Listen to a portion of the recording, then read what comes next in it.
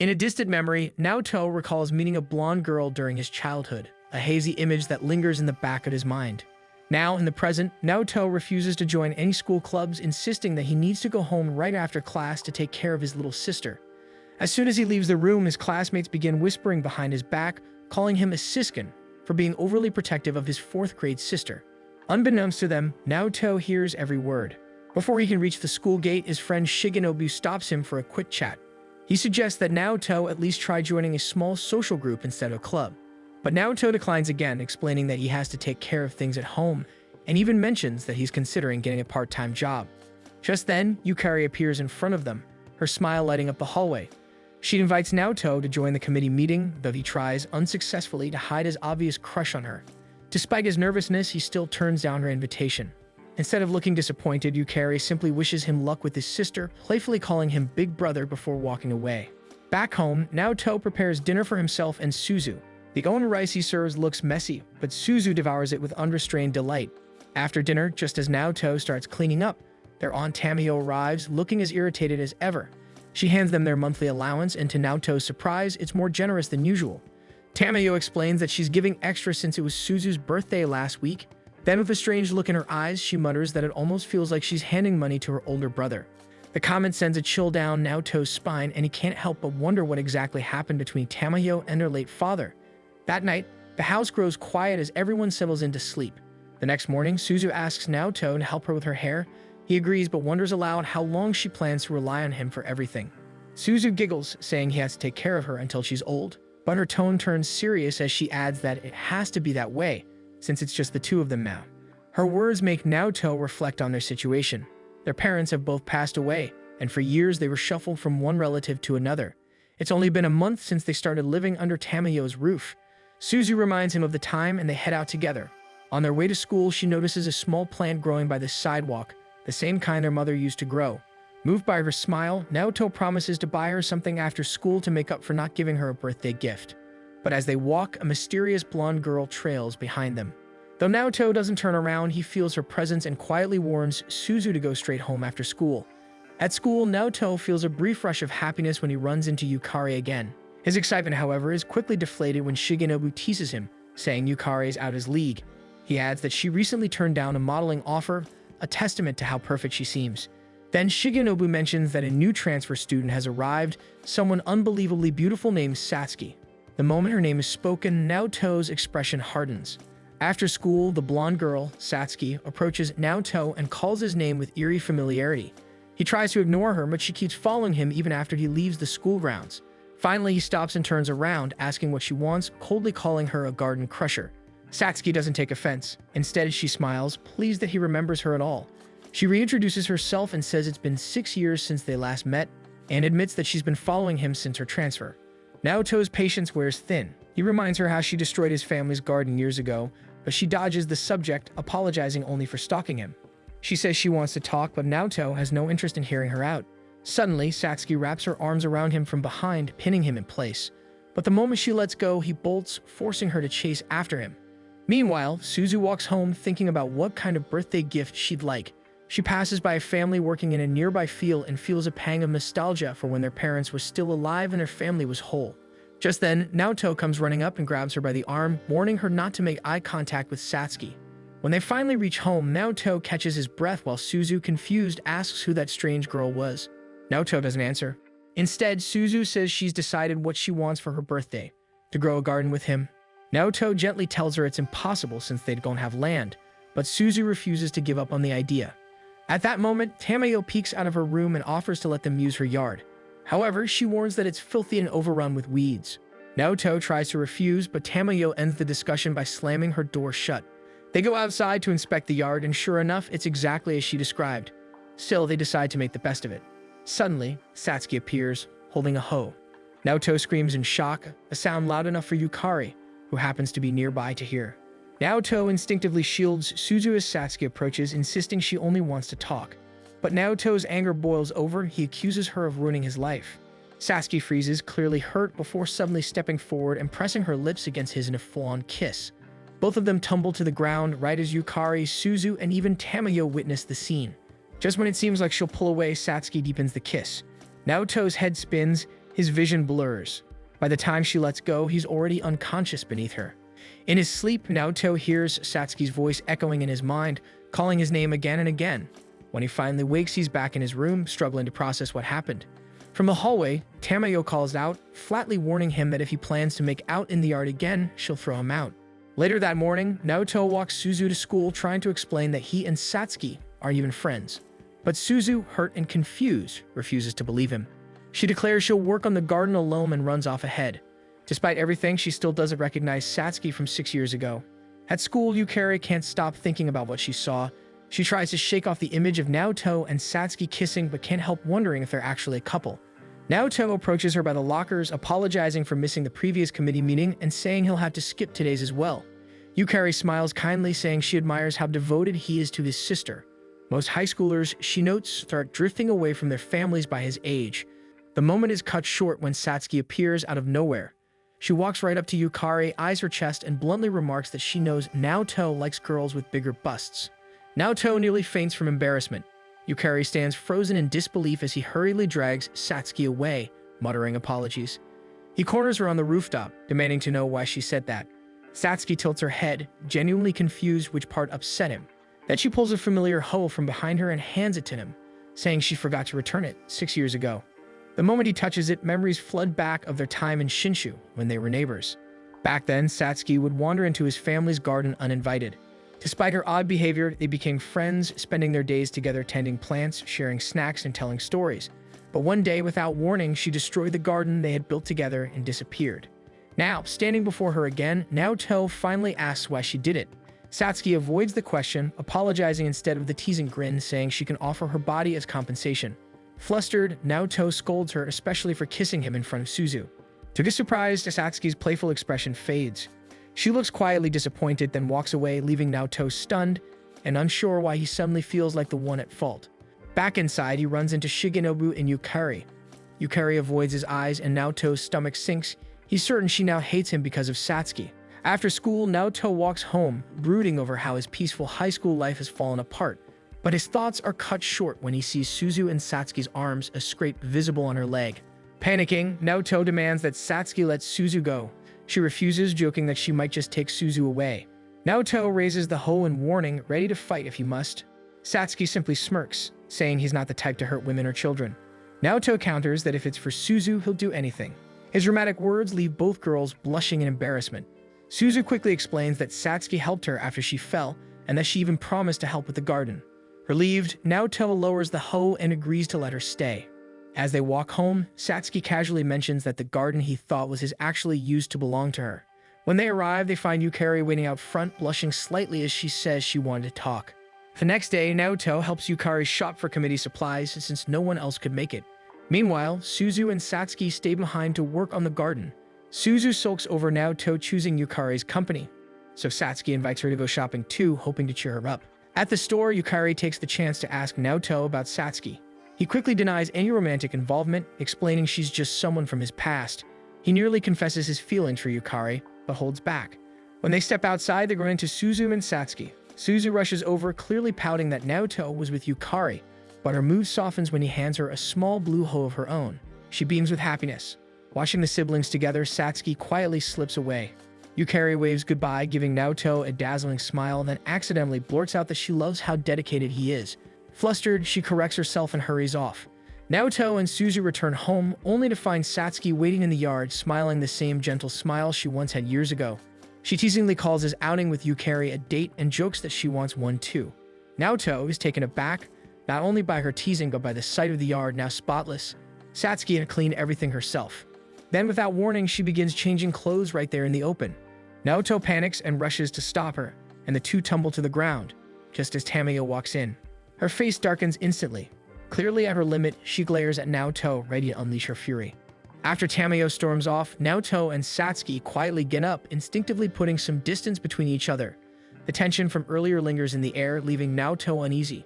To clear his mind, he invites Suzu out for a walk, telling Satsuki to just head home. However, instead of leaving, Satsuki ends up following right behind them, claiming her house happens to be in the same direction. As they walk, she casually asks if they're planning to move out. Her question catches Naoto off guard, but he admits she's right. He and Suzu might be relocating again. He adds, almost wistfully, that he was hoping this time they'd get to stay in one place for a while. When he curtly tells her that his personal life isn't any of her business, Satsuki suddenly grabs his tie and yanks him to face her. With an unsettling calmness, she tells him she already knows what happened to his family. Uncomfortable with how close she's standing, Naoto hesitates, then finally opens up. As the sun sets behind them, he explains how he and Suzu ended up living with Tamayo. Their parents' marriage had never been accepted by either side of the family, and after their deaths, no one was particularly eager to take them in.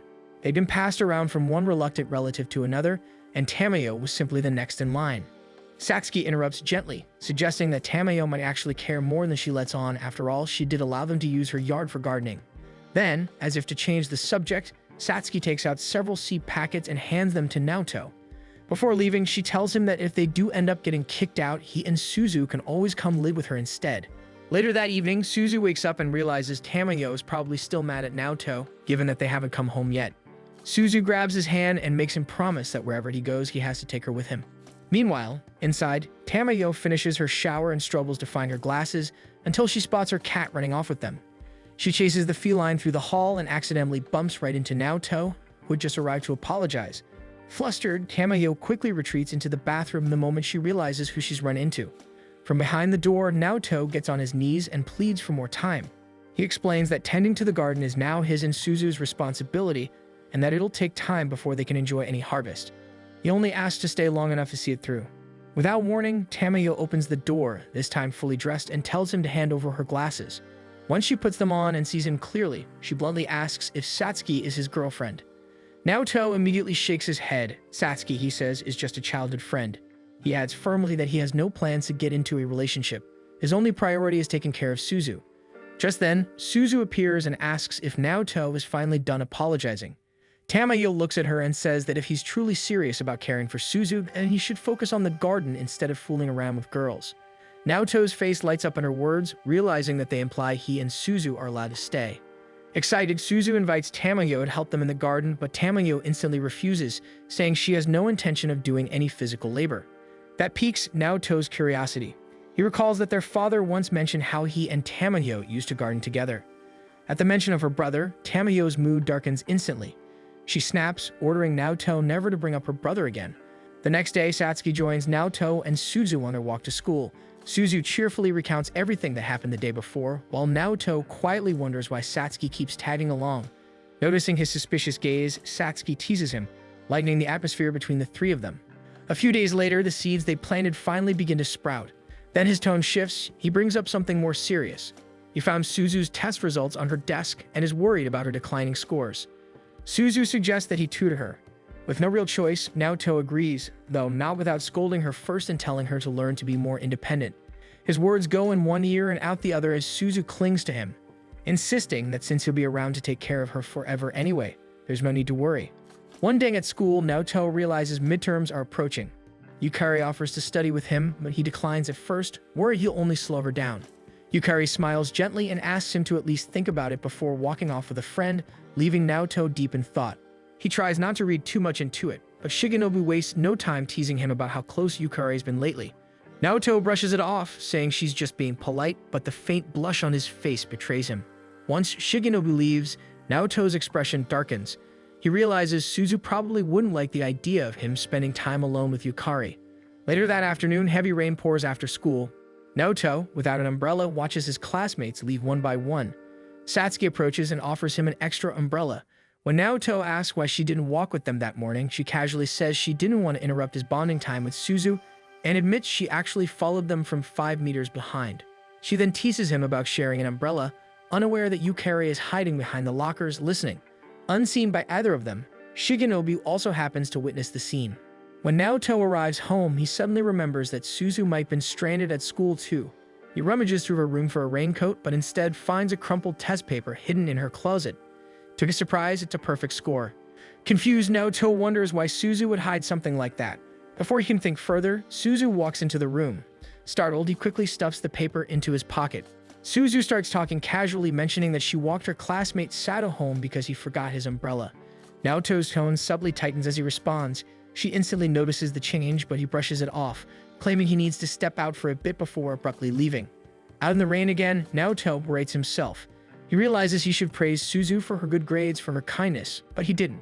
Until now, he's always thought of Suzu as helpless, someone who needed him for everything. His entire life has revolved around protecting her and keeping her happy. But now that she's starting to grow more independent, a strange uneasiness creeps in. Across the street, Naoto spots Satsuki, soaked from head to toe. It hits him that she must have lied about having a spare umbrella and had given her only one to him.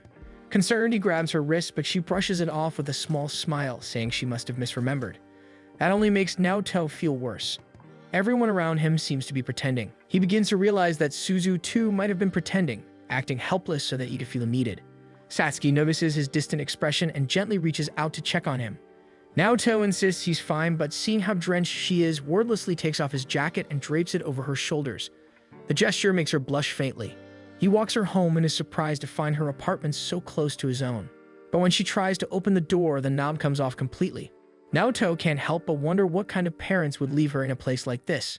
Satsuki tells him to hurry inside and warm up, but when he hesitates, she grabs his hand and pulls him inside.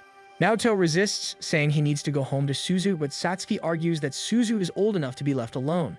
Then, without warning, she accuses him of never prioritizing his own feelings, of living his entire life around Suzu's dependence. Naoto snaps, his voice rising as he scolds her for saying something so cruel. Satsuki only stares back, silent and unreadable. Her lack of reaction hurts more than he expects. He turns away, muttering that she doesn't understand the bond between him and Suzu, his voice trembling, almost as if trying to convince himself. Without another word, he leaves her standing there. Once he's gone, Satsuki slowly slides to the floor, cheeks flushed. In a quiet whisper, she tells herself that she does understand him. Outside, Naoto walks through the light rain, every step heavy with thought. His mind drifts back to Suzu. He finally begins to realize that his world has been built entirely around her, not just out of duty, but as a way to avoid everything else. Clubs, friendships, even his own growth. If he stopped centering his life around Suzu, maybe he could finally start thinking about Yukari. When he gets home, Suzu rushes to him, eyes filled with worry. She blames herself for his absence, but Naoto gently reassures her, offering sweets as a peace offering. He promises to come home earlier next time, and to bring more treats to make up for it. Suzu tears up, reminding him that he promised to tutor her, insisting she needs all of his time because she's not as smart as other kids. Naoto pulls out the test paper he found earlier. Her face freezes, then darkens. She snatches it, crumples it, and throws it away. He picks the paper back up and tells her she doesn't need his help if she can score that high. But Suzu insists it was a one-time fluke, that she still needs him for everything else. Before Naoto can answer, his vision suddenly blurs. The world spins and his legs give out. He collapses right in front of her. Suzu panics and rushes to call Tamayo. The next day, word spreads at school that Naoto is absent. At home, Suzu refuses to leave his side, clinging to him in bed despite his weak protests that she'll catch his cold. After much pleading, she reluctantly agrees to go to school. By midday, Naoto wakes again and immediately senses something's off. Sure enough, Satsuki is lying right next to him, watching him as if it's the most natural thing in the world. Startled, he tries to scold her, demanding to know how she even got in, but she ignores the question and apologizes for making him sick. She offers him medicine, but to his horror, it's a children's suppository. Naoto gapes, asking why she brought that instead of normal pills. Satsuki nonchalantly replies that it's the same kind his mother used to give him. The fact that she remembers such a weird detail makes his headache even worse. He tells her to go back to school, but she calmly notes that today only had morning classes, he's already slept past noon. She adds that she tried multiple ways to wake him up, teasing him about what those might have been. Before he can demand clarification, the doorbell rings. Naoto drags himself up and opens the door to find Yukari standing there worried. She asks if she can come in and cook something warm for him. Panicking, Naoto agrees, but his mind races. Satsuki is still in his room. As Yukari disappears into the kitchen, Satsuki announces she's leaving since she doesn't like seeing him with Yukari. Then, with a mischievous grin, she straddles him and teases that maybe he actually wants her to stay. Naoto freezes just as Yukari calls from outside his door, saying lunch is ready. In a panic, he shoves Satsuki under the blanket and dives in after her, doing his best to hide the suspicious lump. Yukari enters with a warm smile, setting a bowl of soup beside the bed, completely unaware. Naoto lies motionless, heart pounding, while Satsuki blushes beneath the covers, the room filled with unbearable tension. Naoto still can't believe he agreed to this. Hiding under the blanket had been Satsuki's idea, an idea that somehow made perfect sense to her at the time. According to her, if only Naoto's upper body was visible while she stayed completely hidden underneath, Yukari wouldn't suspect a thing. At least that was the plan. Things only get worse when Yukari notices a box of suppositories nearby. In a panic, Naoto blurts out that they're Satsuki's trying and failing to sound casual. Meanwhile, Satsuki squirms beneath the blanket, struggling to get comfortable. Her movements push Naoto into an even more compromising position, practically under her now. She seems quite pleased with the arrangement, even hugging him tightly. Naoto breaks into a cold sweat, praying Yukari doesn't notice how strange the situation really is.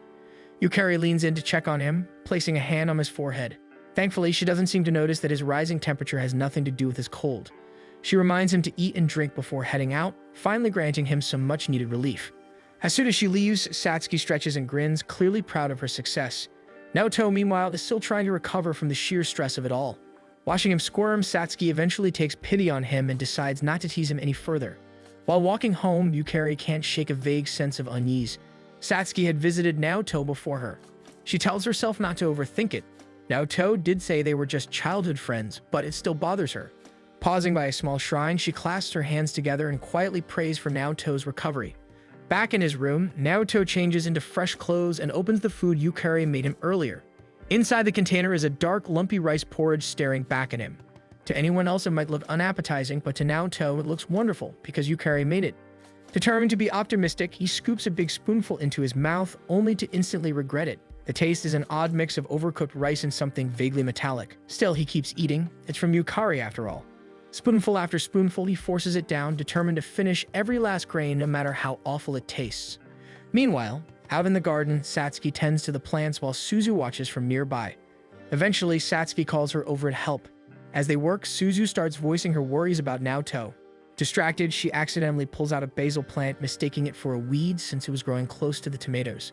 Satsuki corrects her gently, explaining that basil and tomatoes are companion plants. They actually grow better together, protecting each other from pests. Suzu pauses, mulling over the thought a bit too long before suddenly announcing that she'll go check on Naoto. Just before leaving, she turns back and brings up something from years ago. She remembers how Satsuki once destroyed their garden as kids. Suzu had seen how upset Naoto was and even tried to chase Satsuki down for an explanation, but stopped when she saw her talking to a strange man before vanishing with him. When Suzu asks who the man was, Satsuki simply replies that there wasn't anyone with her. She quickly changes the topic, asking if Suzu ever mentioned that day to Naoto. After all, Naoto still believes Suzu doesn't remember Satsuki at all. Satsuki admits she ruined the garden out of anger. She and Naoto had fought the day before and she lashed out. It's something she's regretted ever since. That confession jogs Suzu's memory. She recalls cleaning up the garden with Naoto afterward and how she planned to tell him the truth, but didn't. Instead, she used that moment to grow closer to him, letting him depend on her, building something that belonged only to the two of them. The next morning, Suzu is surprised to find Naoto already awake and dressed. He says he's feeling much better and credits Yukari's porridge for curing him, though he admits he doesn't remember much after eating it. Then he notices Suzu's already prepared for school, even without his help. She tells him she's trying to be more independent, though she still wants to rely on him a little. At school, Naoto tries to thank Yukari properly, but she's always surrounded by people or busy with something. Some classmates notice and warn him not to get his hopes up. Yukari's out of everyone's league. She's polite but distant, and no one's ever gotten close. Shigenobu chimes in, saying he's known her since childhood. According to him, she's always had a way of attracting strange situations despite her calm personality. Naoto realizes that being pretty probably isn't as easy as it looks. On the way home, he sees Yukari turning down a group of guys. Assuming she already has a boyfriend, he quietly turns away. But Yukari notices him and walks over. Naoto finally gets the chance to thank her for visiting him. Just as he's about to leave, she suddenly invites him to a study session. He agrees on the spot, barely managing to contain his excitement. They find a quiet corner in the library and start working. In a rare moment of honesty, Naoto blurts out that he doesn't understand why she's so nice to someone like him. Yukari replies calmly, saying it's partly because he's a transfer student. Naoto feels a bit deflated until she adds that there's another reason. She tells him they've met before, long before he transferred. She explains that one day while staying late for club duties, she used an empty classroom to change out of her uniform. That's when Naoto suddenly burst in, demanding to know where his younger sister was.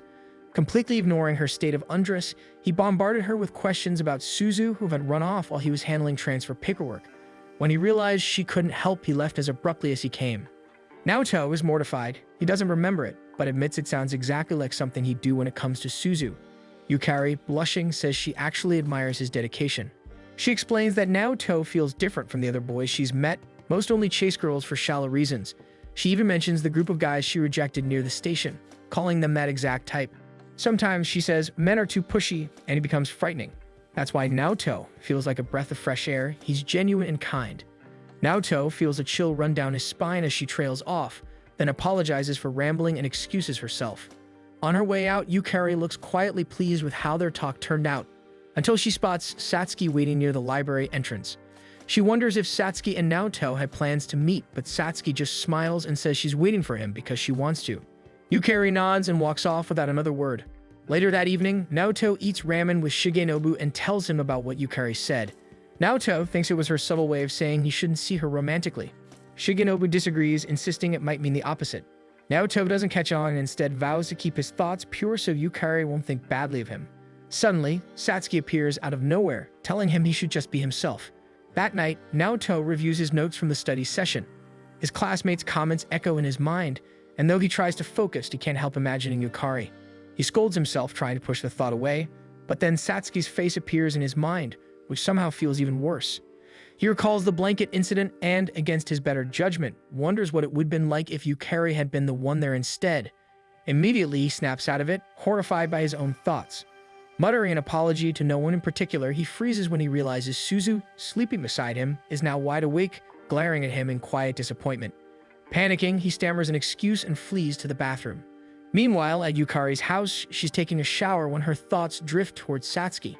The way Satsuki seems so comfortable around Naoto keeps bothering her. She wonders if they're really just childhood friends or something more. Still, she decides to believe in Naoto. She tells herself she just needs to be braver, so that one day she can confess her feelings properly. The next morning, Naoto waters the plants in the yard, looking utterly drained. Suzu, tending to another patch of vegetables, complains to Satsuki that he's been acting weird since yesterday. Curious, Satsuki calls out to him, but Naoto, startled, accidentally sprays her with the hose. Drenched, she sits on the ground, blinking in shock as Naoto panics and backs into a corner, muttering to himself not to look. Suzu and Satsuki exchange a look, then agree to just leave and be. At school, Satsuki teases Naoto about his absent-mindedness, saying it's probably Yukari-related. He tells her to stay out of it, clearly flustered.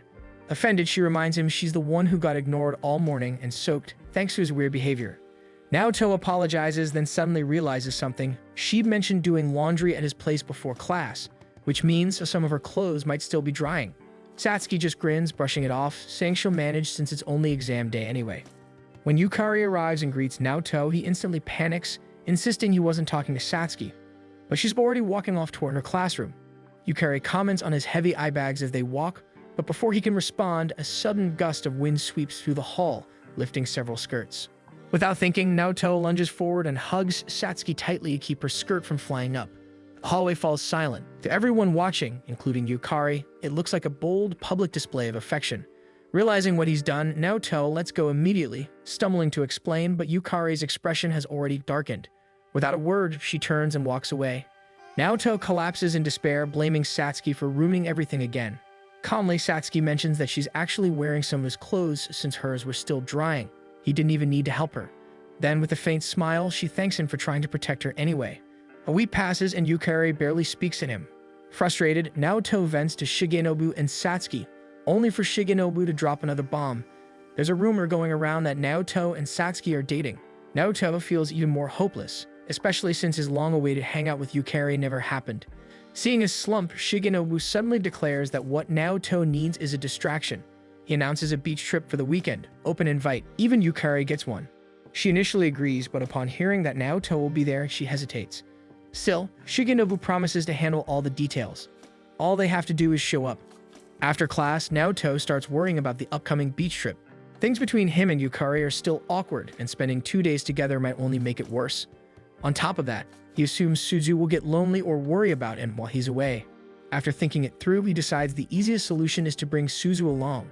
But when he gets home, Suzu tearfully informs him that she'll be going on a 2-day school beach trip. Naoto hides his relief and praises the news, saying it's great she won't miss out on school activities. He also mentions that he'll be away for a beach outing himself. They both pause, realizing neither of them will be home to water the garden.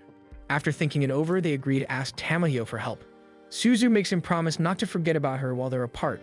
He reassures her he won't, and in return, she makes him promise to take her swimsuit shopping the next day. The following day, Naoto regrets making that promise. Thankfully, Satsuki offers to come along since she also wants to buy one herself. Naoto hesitates but agrees, better that than shopping for girls' swimwear alone. Shigenobu, standing nearby, casually suggests she should join them. Yukari refuses, saying she overheard a rumor that Naoto and Satsuki are already dating. Shigenobu questions it, reminding her that unless she heard it directly from Naoto, it's just a rumor. When Yukari hesitantly admits she's thinking of backing out of the beach trip, Shigenobu recalls their middle school days and encourages her to at least talk to Naoto first. Encouraged by his words, Yukari decides to run after them. At the department store, Naoto is immediately overwhelmed by the number of swimsuit options.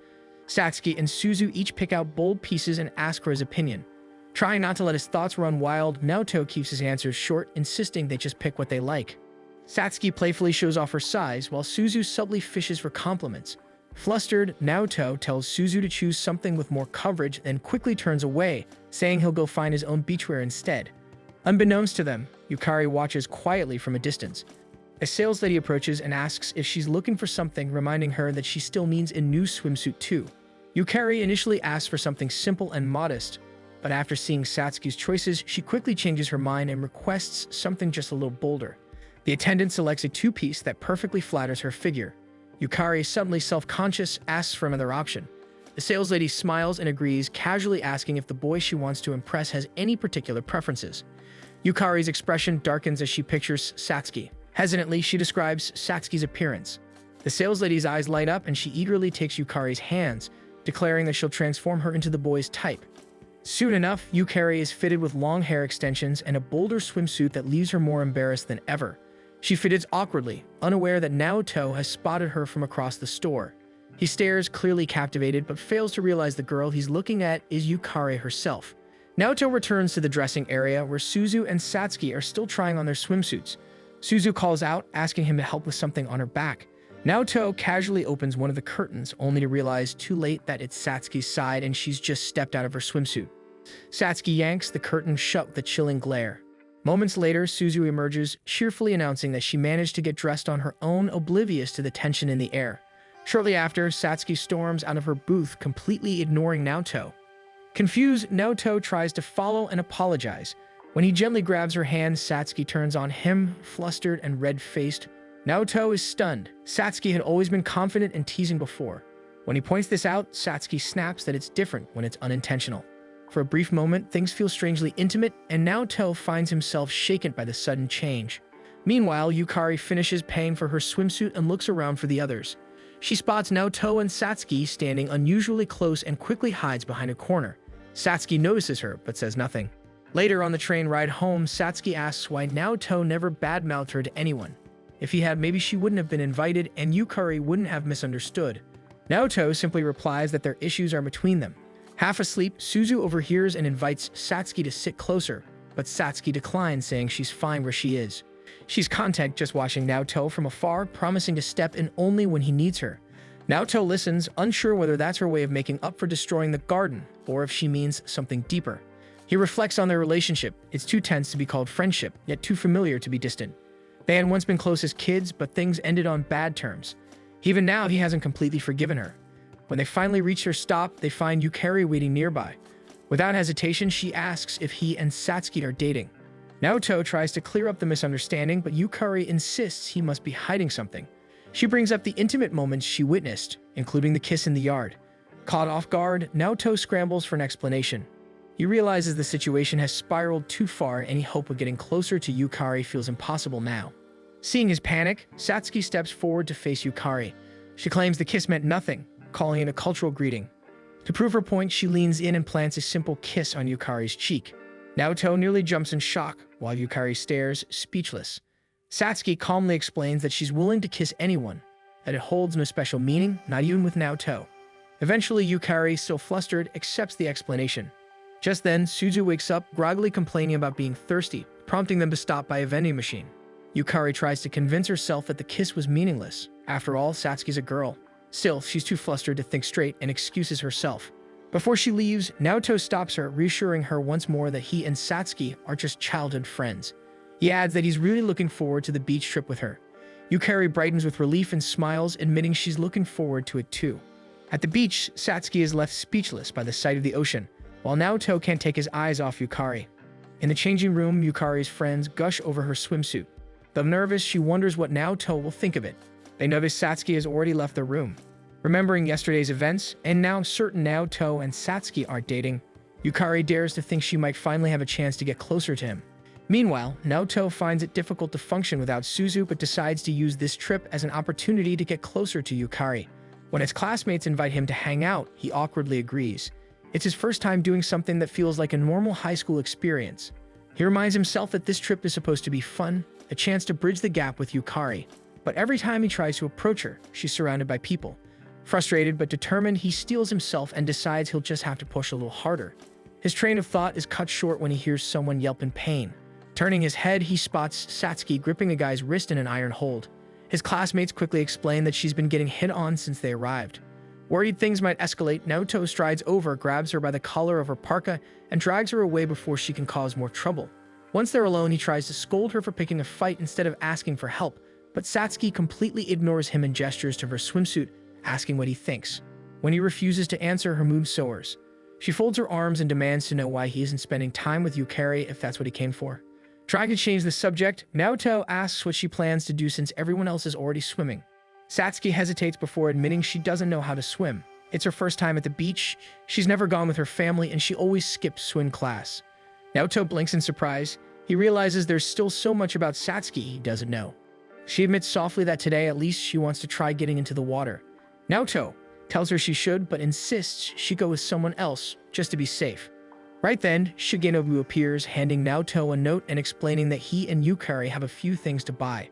He offers to introduce Satsuki to the other girls in their class. Before heading off, Naoto promises Satsuki he'll join her in the water later. She smiles warmly and Shigenobu silently observes her reaction with curiosity. When Naoto meets up with Yukari, he awkwardly avoids eye contact. Yukari, misrating his behavior, assumes her swimsuit doesn't suit her. To distract himself, Naoto pulls out the note, only to find it just says to have lunch together. While Naoto and Yukari are away, Satsuki spends time with Shigenobu. She admits she doesn't get along with girls and prefers watching from the sidelines. Curious, Shigenobu asks if she's in love with Naoto. Satsuki admits she is, but quickly adds that she has no desire to be his girlfriend. Satisfied, Shigenobu says he'll keep rooting for Naoto and Yukari. He also reveals that he's decided not to pursue Yukari anymore. Meanwhile, Naoto and Yukari stroll through rows of food stalls trying to decide what to eat. Naoto wonders aloud if Yukari might prefer something light and sweet like shaved ice. Yukari smiles at the thought, joking about how it'll dye her tongue, and playfully sticks it out, making Naoto's heart skip a beat. After thinking for a moment, she suggests getting something more filling first and points out stalls selling meat skewers. She adds that they could grab shaved ice afterward and share one together. Later, she returns holding several sticks of yakitori. The vendor gave her extra, and they sit on nearby steps to eat. Naoto feels incredibly lucky to be spending this moment with her. Their peaceful meal is occasionally interrupted by passing beachgoers. A few guys make comments about Yukari, even trying to talk her into ditching Naoto. Yukari tries to ignore them, but it clearly bothers her. Thankfully, Naoto picks up on it and suggests they head back to their classmates. He gently takes her by the hand. As they walk, Yukari nervously asks him to let go.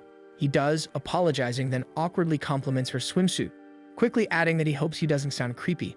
Yukari smiles and says it actually makes her happy to hear that from him. Suddenly, Yukari hears a familiar voice. She turns and spots Soichiro, a senior from school. He greets her briefly, compliments her, then walks off. Something about the encounter unsettles Yukari. She tells Naoto she wants to return to the hotel to rest. Back at the beach, Shigenobu starts to worry when Naoto hasn't returned. His concern deepens after overhearing some girls gossiping about a sighting of Soichiro nearby. Naoto gets information from the girls in his class that Yukari used to date Soichiro, but they had broken up when Soichiro graduated high school.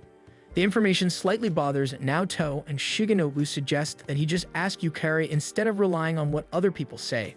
Naoto trudges back to the hotel only to find Soichiro looking around near the entrance. Soichiro spots him and asks about Yukari's whereabouts, so Naoto replies that Yukari has returned to her room and that Soichiro might need to ask for assistance from the staff. They introduce themselves to each other, and Soichiro even hands Naoto some snacks for sharing before entering the hotel in front of him. Naoto can't help but feel intimidated as Soichiro seems like the type of guy Yukari would still be into and genuinely seems very nice. He then hears Satsuki's voice behind him and quickly remembers that he had promised to go swimming with her earlier. He quickly apologizes. Satsuki accepts the apology and grabs Naoto's hand and plants it on her chest, teasing him that it's a gift to cheer him up. She then enters the hotel, leaving Naoto flustered outside. Meanwhile, Soichiro manages to find Yukari, and they begin walking around the hotel garden while talking. Soichiro tells her that he wants to have a fresh start and invites her to dinner so they can talk longer.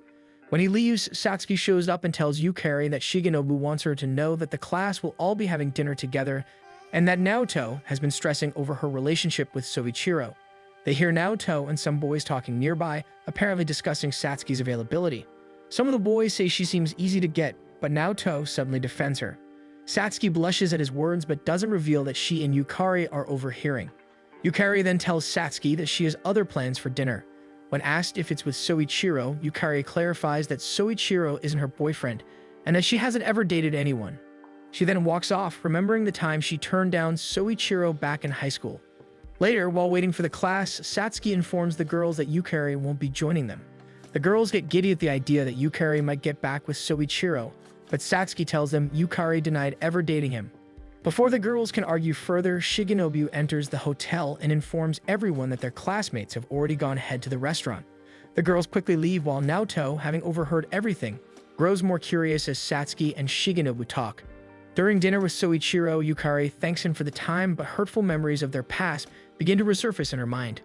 Despite turning him down back then, Soichiro had acted like they were dating, so much so that Yukari couldn't refuse spending time with him, especially since everyone around them already assumed they were a couple. One winter, just before Soichiro's graduation, Yukari had tried once more to turn him down. But Soichiro told her that he would still pursue her, even after finishing school, and that they could meet up again someday. Back in the present, Yukari brings up that winter day. She admits she didn't think he would follow through, especially since he never contacted her again after he left school. Soichiro explains that he was planning to wait for her to graduate before reaching out. Yukari then tells him that she's interested in someone else. Soichiro asks if the person she likes has eyes only for her. His question unsettles Yukari, and she abruptly gets up and leaves the restaurant. Back at the hotel, Naoto and Satsuki hadn't joined the rest of the class for dinner. They're both surprised when Soichiro walks into the hotel lobby without Yukari. Soichiro looks equally surprised to see them still there and says that Yukari had left dinner with him early. He hands them a note that Yukari had left with the restaurant staff.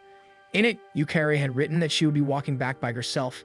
Satsuki reads the note and tells Naoto and Soichiro that Yukari probably doesn't like Soichiro that much and couldn't stand being with him. Just then, Shigenobu arrives, having come to check on Naoto and Satsuki since they hadn't shown up. Naoto decides to tell them about Yukari and Shigenobu offers to help find her. He tries calling Yukari, but Soichiro informs them that she won't pick up since he had already tried. To everyone's surprise, Yukari answers Shigenobu's call. He tells the group that she took a wrong turn but is on her way back to the hotel. Then, turning to Soichiro, Shigenobu politely but firmly tells him that Yukari is still uncomfortable around him and that it would be best if he left. Soichiro nods in understanding and leaves, saying he'll see Yukari in the morning.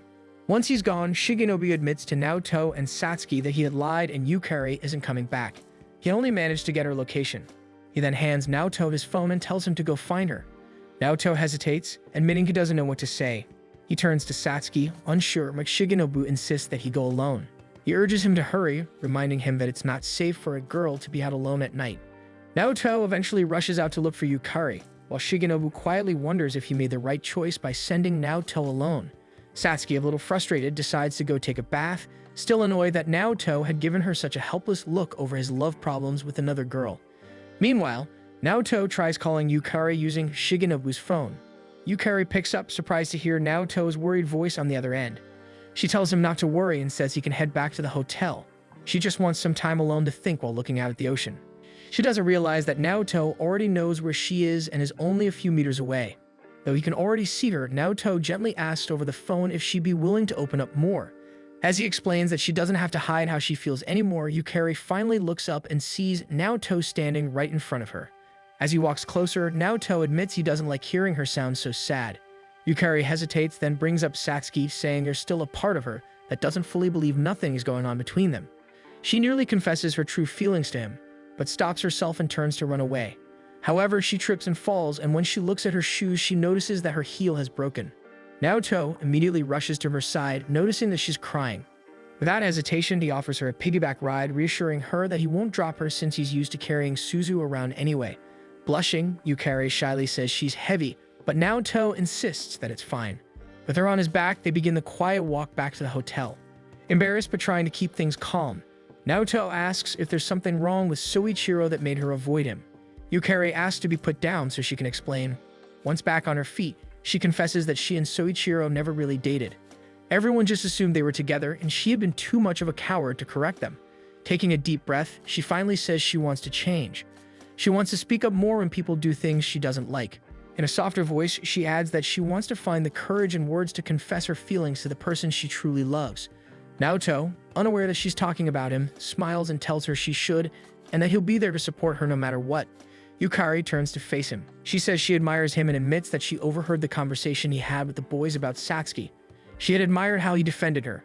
She says she hopes to have the same courage he showed earlier, because she's always been someone who's afraid of what others think. Yukari tries to find the courage for one more attempt to confess, but just as the words are about to leave her mouth, they're interrupted by the sudden arrival of Soichiro, who had apparently gone up to look for her with some of their classmates. Shocked, Yukari quickly tries to hide herself behind Naoto, and he immediately notices how uncomfortable she looks.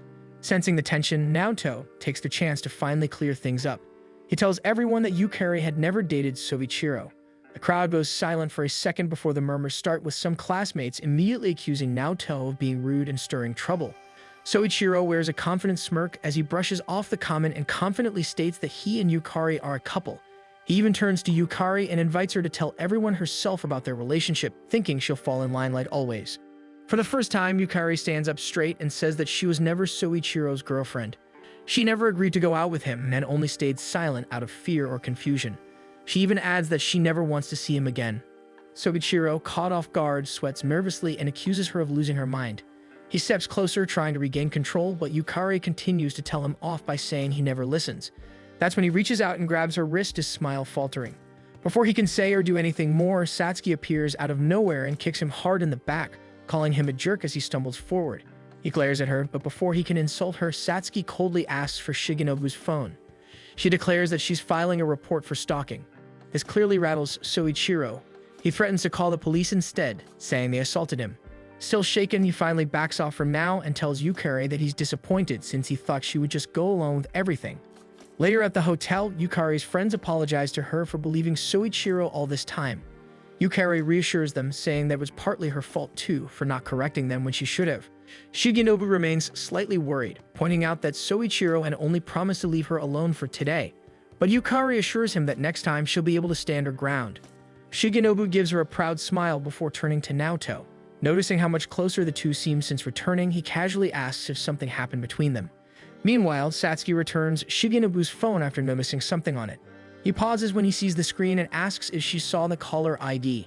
She nods but shrugs it off, saying it's none of her business. A bit later, while Satsuki's buying drinks at a vending machine, Yukari approaches her and thanks her for stepping in earlier. Satsuki says she only did it for Naoto's sake, since he looked like he didn't have a plan at all.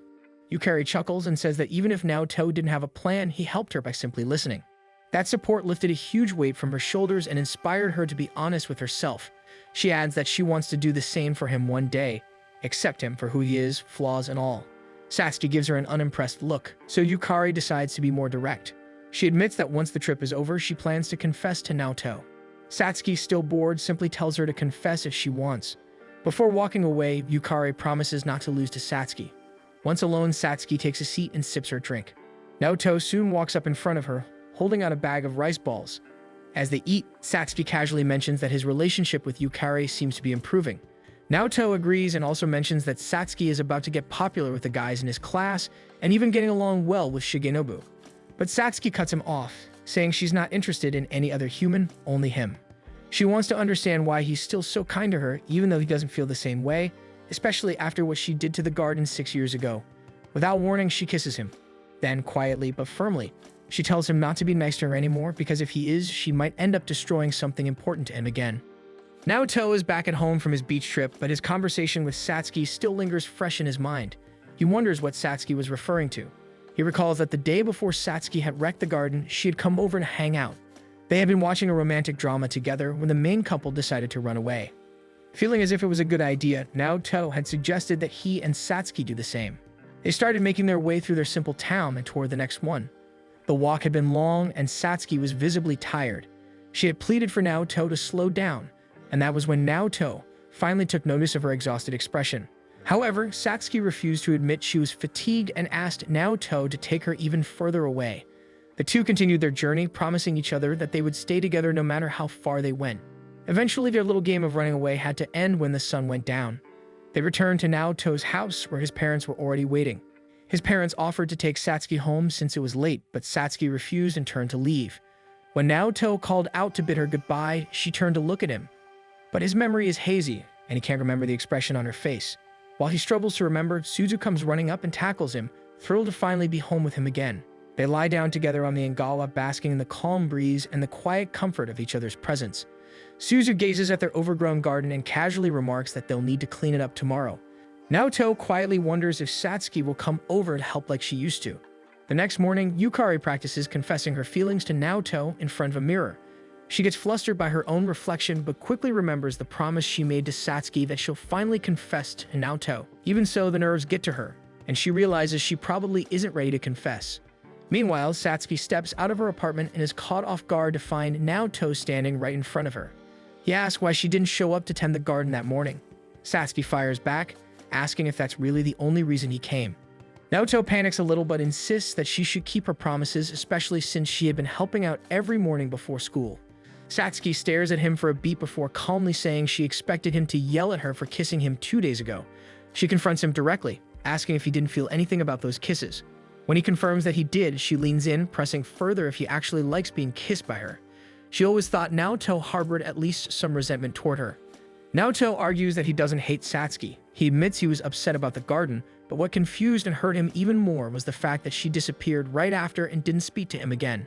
Satsuki's expression stays unreadable, which only frustrates Naoto more. The entire ordeal had traumatized him as a kid, and her silence left a lasting mark. She asks if he was scared she'd disappear again because she hadn't shown up at the garden that morning. She tries to press further, trying to understand if Naoto still has feelings for her. But Naoto firmly denies it. He tells her that whatever feelings he had were left behind in the past. Hearing this, Satsuki's expression hardens. She turns away, saying she wants nothing more to do with him, and walks off in the opposite direction from the school. As she disappears from view, Naoto notices a strange aura behind him.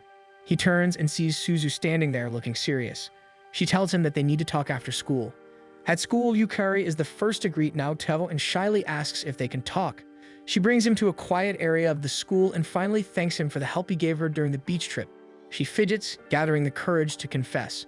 But before she can say anything, a few of her admirers show up and try to get her attention. As Yukari awkwardly waves them off, some of her friends casually explain to Naoto that now that Yukari is confirmed to be single, she'll be swamped with confessions for a while. Naoto listens but can't help thinking back to the beach trip and how his original plan was to grow closer to Yukari. Technically, it worked, but now he isn't sure what kind of relationship he really wants with her. Meanwhile, Satsuki skips school and lies on a riverbank, resting with her eyes closed. Shigenobu finds her, asking if she's okay. Satsuki surprises him by opening up about her feelings for Naoto and how part of her still hopes she can get what she wants. Intrigued, Shigenobu asks what exactly it is that she wants. Satsuki gives him an answer meant for his ears only. Shigenobu stares at her in shock. Satsuki then adds that what she wants could never be understood by Naoto or even Shigenobu. But Shigenobu replies softly that he thinks he understands at least a part of it. Later, Naoto sees Satsuki and Shigenobu arriving at school together. He wonders if something's going on between them, even though Satsuki once said she wasn't interested in Shigenobu. Yukari tries to call out to Naoto, but he doesn't notice. He keeps walking, lost in his thoughts. She wonders if she'll ever get the timing right to tell him how she truly feels. At the end of the day, Yukari checks her reflection one more time, steals herself, and finally approaches Naoto, asking if he wants to walk home together. Moments later, the school announcement calls for her club, and she suddenly remembers they're scheduled to clean the pool. Naoto senses that Yukari isn't herself today. Later, he finds her changing inside the boys' locker room. Before he can call out to her, he notices a group of boys approaching and quickly enters the room, closing the door behind him. Yukari fumbles with her words, clearly flustered by her state of undress. Naoto informs her that she's in the wrong changing room. Once the realization sinks in, she freezes in embarrassment. Naoto tries to buy her some time by keeping the door shut as the boys outside try to force their way in. Eventually, they give up and decide to change near the pool instead. Yukari collapses to the ground, relieved but humiliated. Naoto crouches down to check on her, but quickly turns his back when he notices her appearance. Before he can leave, Yukari calls out to him and asks him to stay with his back turned. She says she has something important to tell him. While changing, she begins to talk about their first meeting and how it's ironically similar to today. Once she's done dressing, she approaches him, her confession ready on her lips. However, the door suddenly swings open and Naoto falls on top of her. He quickly apologizes, but Yukari manages to blurt out her confession before standing up and running away, leaving Naoto stunned and flustered. As Naoto walks toward the school gates, he finds Yukari waiting for him. He awkwardly says he'll see her tomorrow, unaware that she just confessed to him. Yukari grows confused when he doesn't acknowledge her feelings, and it's only then that Naoto realizes what she said earlier. Embarrassed, Yukari tells him he doesn't have to answer right away and turns to run, only to bump into a wall. She forces a small smile to reassure him before dashing off again. Naoto is left speechless, realizing his crush had actually confessed to him. When he returns home, Suzu is already waiting and asks if anything happened at school. Naoto says nothing did, but Suzu shifts the topic, asking if he and Satsuki are okay. Naoto grimaces, recalling that Satsuki had told him she wanted nothing to do with him. Suzu gently says she doesn't think Satsuki really hates him. She adds that she's grown fond of Satsuki too. She then hands him a bag of cherry tomatoes and suggests he visit Satsuki to make up with her.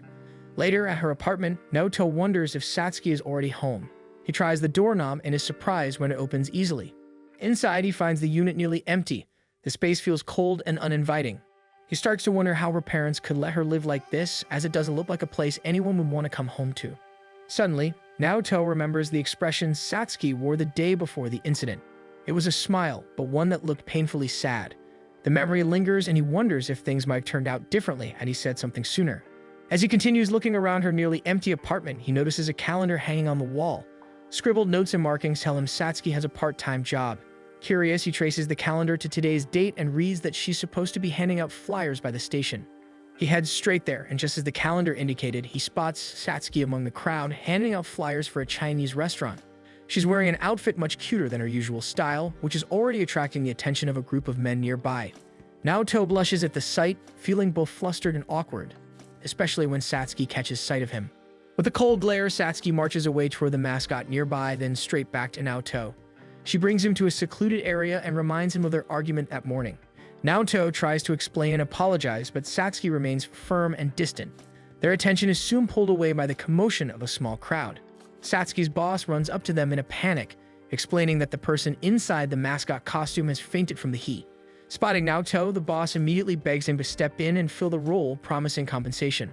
Next thing he knows, Naoto finds himself in the hot panda mascot suit, standing beside Satsuki. He peeks at her again, still slightly enchanted by her appearance, but his admiration is cut short when a group of kids knocks him over. The fall causes Satsuki to lose balance too, and she gets visibly irritated with him. Despite the mishaps, they continue their shift. Naoto surprisingly proves to be a hit, especially with younger girls who find the mascot adorable. He puts in effort to entertain the crowd, being kind to everyone except for the men making advances on Satsuki. When their shift finally ends, Satsuki's boss thanks Naoto for helping out. Though exhausted, Naoto realizes the day wasn't all that bad, and he's even earned enough money to buy Suzu a small gift. As he prepares to leave, he spots Satsuki, and Satsuki asks how he managed to find her. Naoto admits he visited her apartment and saw the calendar. Satsuki scolds him for trespassing, but quickly lets it slide.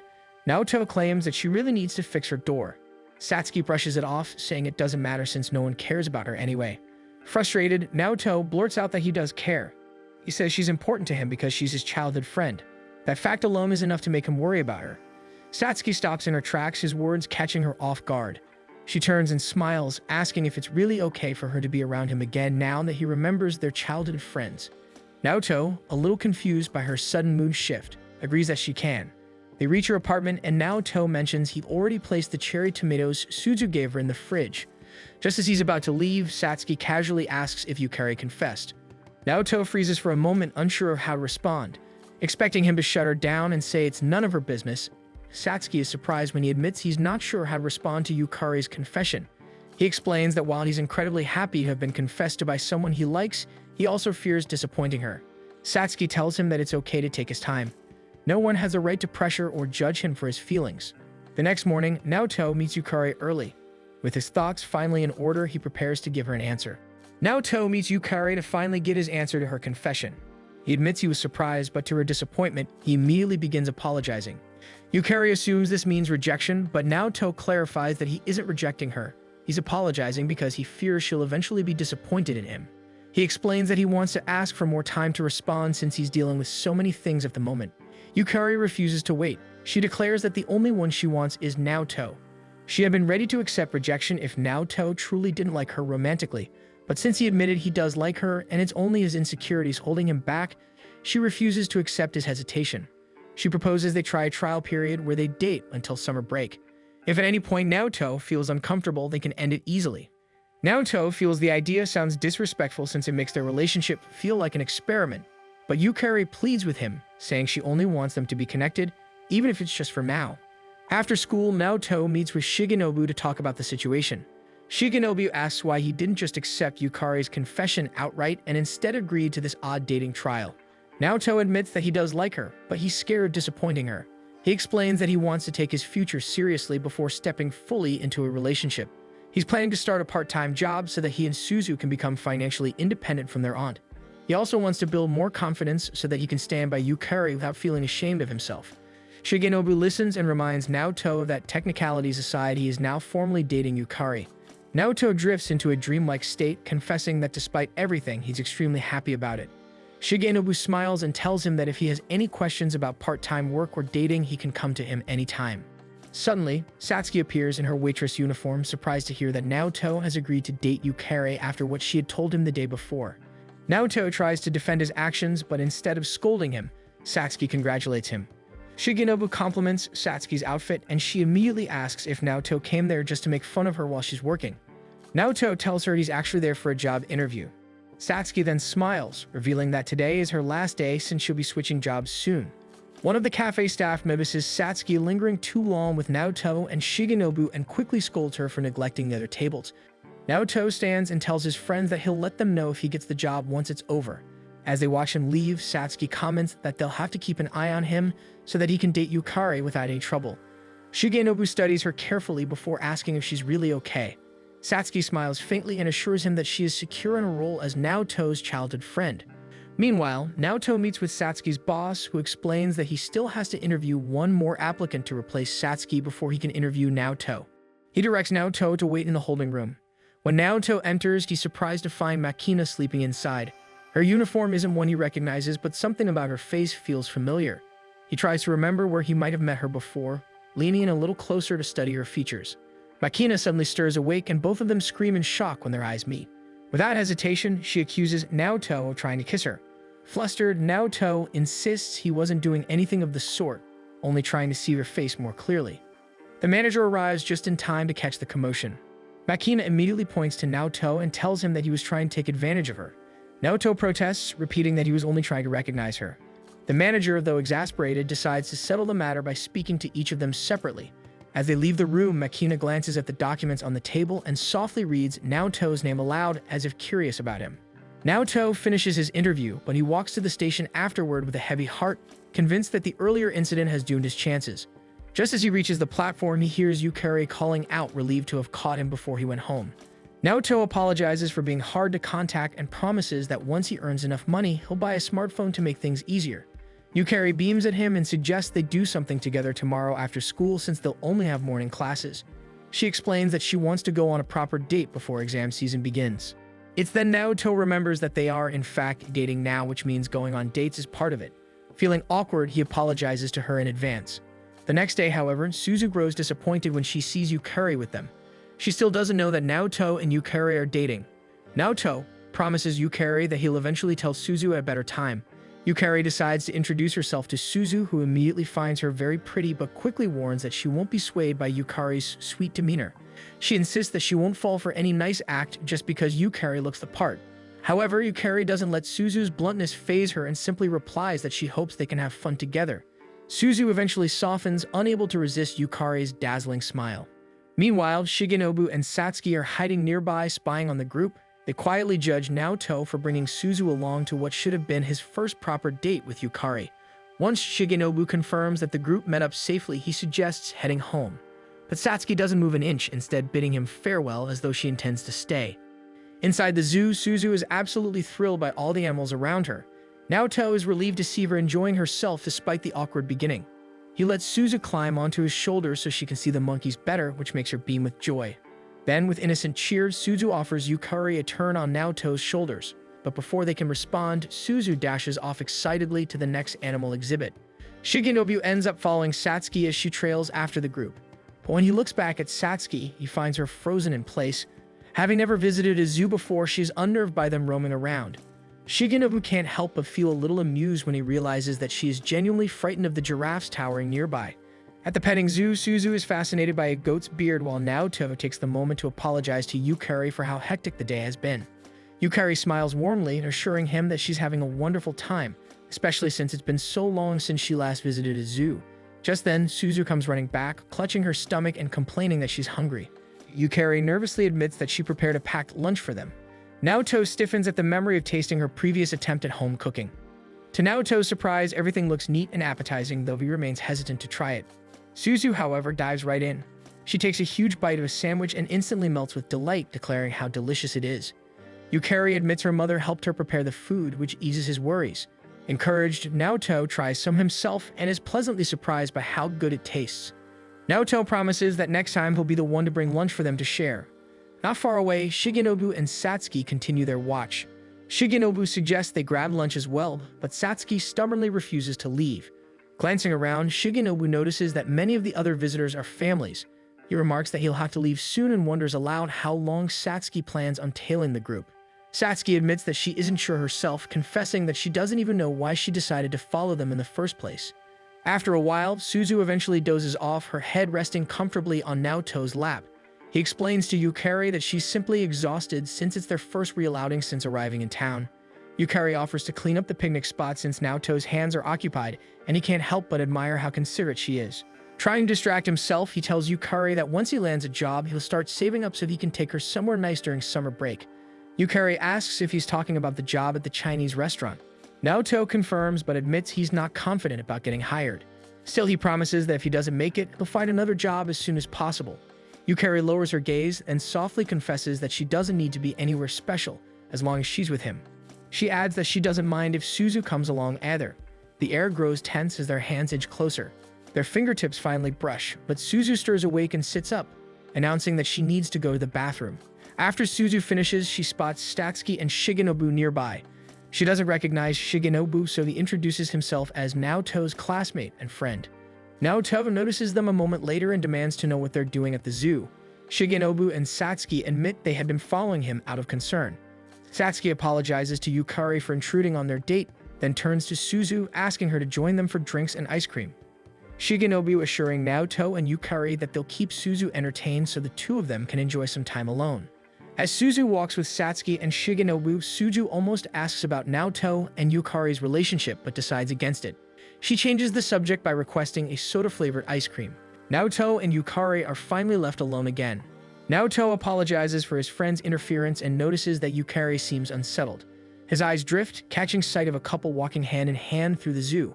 He glances at Yukari and tries to reach out but withdraws his hand at the last second. To his surprise, Yukari shyly grabs hold of his thumb, encouraging him to finally take her hand properly. That evening, Naoto lies in bed staring at his own hand, still in awe of what happened. He's grateful that Yukari chose to spend her time with him. He looks forward to holding her hand again. To make that happen, he swears to do his best with the part-time job and with the upcoming exams so he can ask Yukari out for real, ending the trial stage of their relationship. Yukari is happy with their progress, yet a shadow lingers in her mind. She can't forget that Naoto and Satsuki once kissed. A few days later after school, Naoto notices Yukari has left without him. Some of the boys begin speculating about his relationship with her. Naoto dodges their questions, knowing he'll only invite trouble if they discover the truth. Meanwhile, Yukari stands in a convenience store aisle staring at a package of protection. After a while, she leaves, smiling to herself at the thought that summer break is drawing near. As exams loom, the school is filled with frantic students buried in review. Amidst the chaos, Naoto still finds himself smiling whenever his eyes meet Yukari's across the classroom. Meanwhile, Makina stands by the gates, drawing curious stares from passing students. A group of boys tries to get her attention and she introduces herself and asks them to call Naoto out to meet her. Naoto and Satsuki chat by the lockers, with Satsuki curious about how his job interview went. Yukari suddenly arrives and tries to invite Naoto to join her study group. Before he can answer, a student calls him over to the window, saying a girl is asking for him. When Naoto peers outside, he sees Makina smiling at him. Some of the guys nearby recognize her and tell Naoto that Makina is someone he knew from middle school. At the mention of her name, Naoto suddenly remembers who she is. The group ends up bringing her to the cafeteria, where Makina introduces herself. She explains that she used to be on the track team with Naoto back in middle school. Now she attends Street Solarina's Academy for Girls under an athletic scholarship, having decided to pursue track more seriously. One of the guys is impressed, saying the school is famous for its sports program. Another adds that he's surprised Naoto was in track at all. Naoto quickly clarifies that he only joined the team on paper, since club membership was required at his old school. Despite rarely showing up, he remembers Makina, as she was a very popular member of the team. He mentions that she even appeared in shows and newspapers because of her skills. Excited, the guys start asking to take pictures with her, and Makina happily agrees. Suddenly, Makina informs Naoto that both of them got the restaurant job. The boss had told her, but had no way to contact Naoto, since he doesn't own a smartphone, so she decided to look for him herself. Satsuki immediately congratulates him, and Naoto beams, happy to finally have work. For a moment, Makina's expression shifts, but she quickly returns to her bright smile. Tugging him to his feet, she suggests they go smartphone shopping together.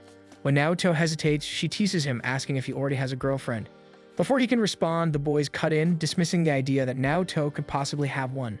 Makina then leads Naoto out of the building, leaving him with no choice but to follow. Seeing Yukari's discomfort, Satsuki reassures her that Naoto is incapable of cheating and that he couldn't just admit to a relationship in front of everyone. As Naoto and Makina walk through town, she suddenly asks why he tried to kiss her the other day.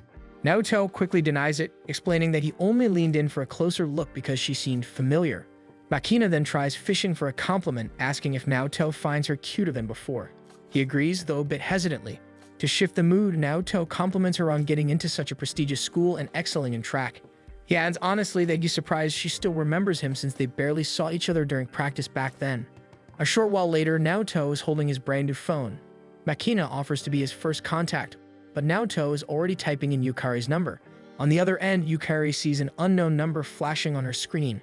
Curious, she answers, only to be shocked when she hears Naoto's voice. He tells her that he finally has a phone and wanted her to be the very first person he called. When the call ends, Yukari is so happy she lets out a squeal, thrilled at the thought of being his first call.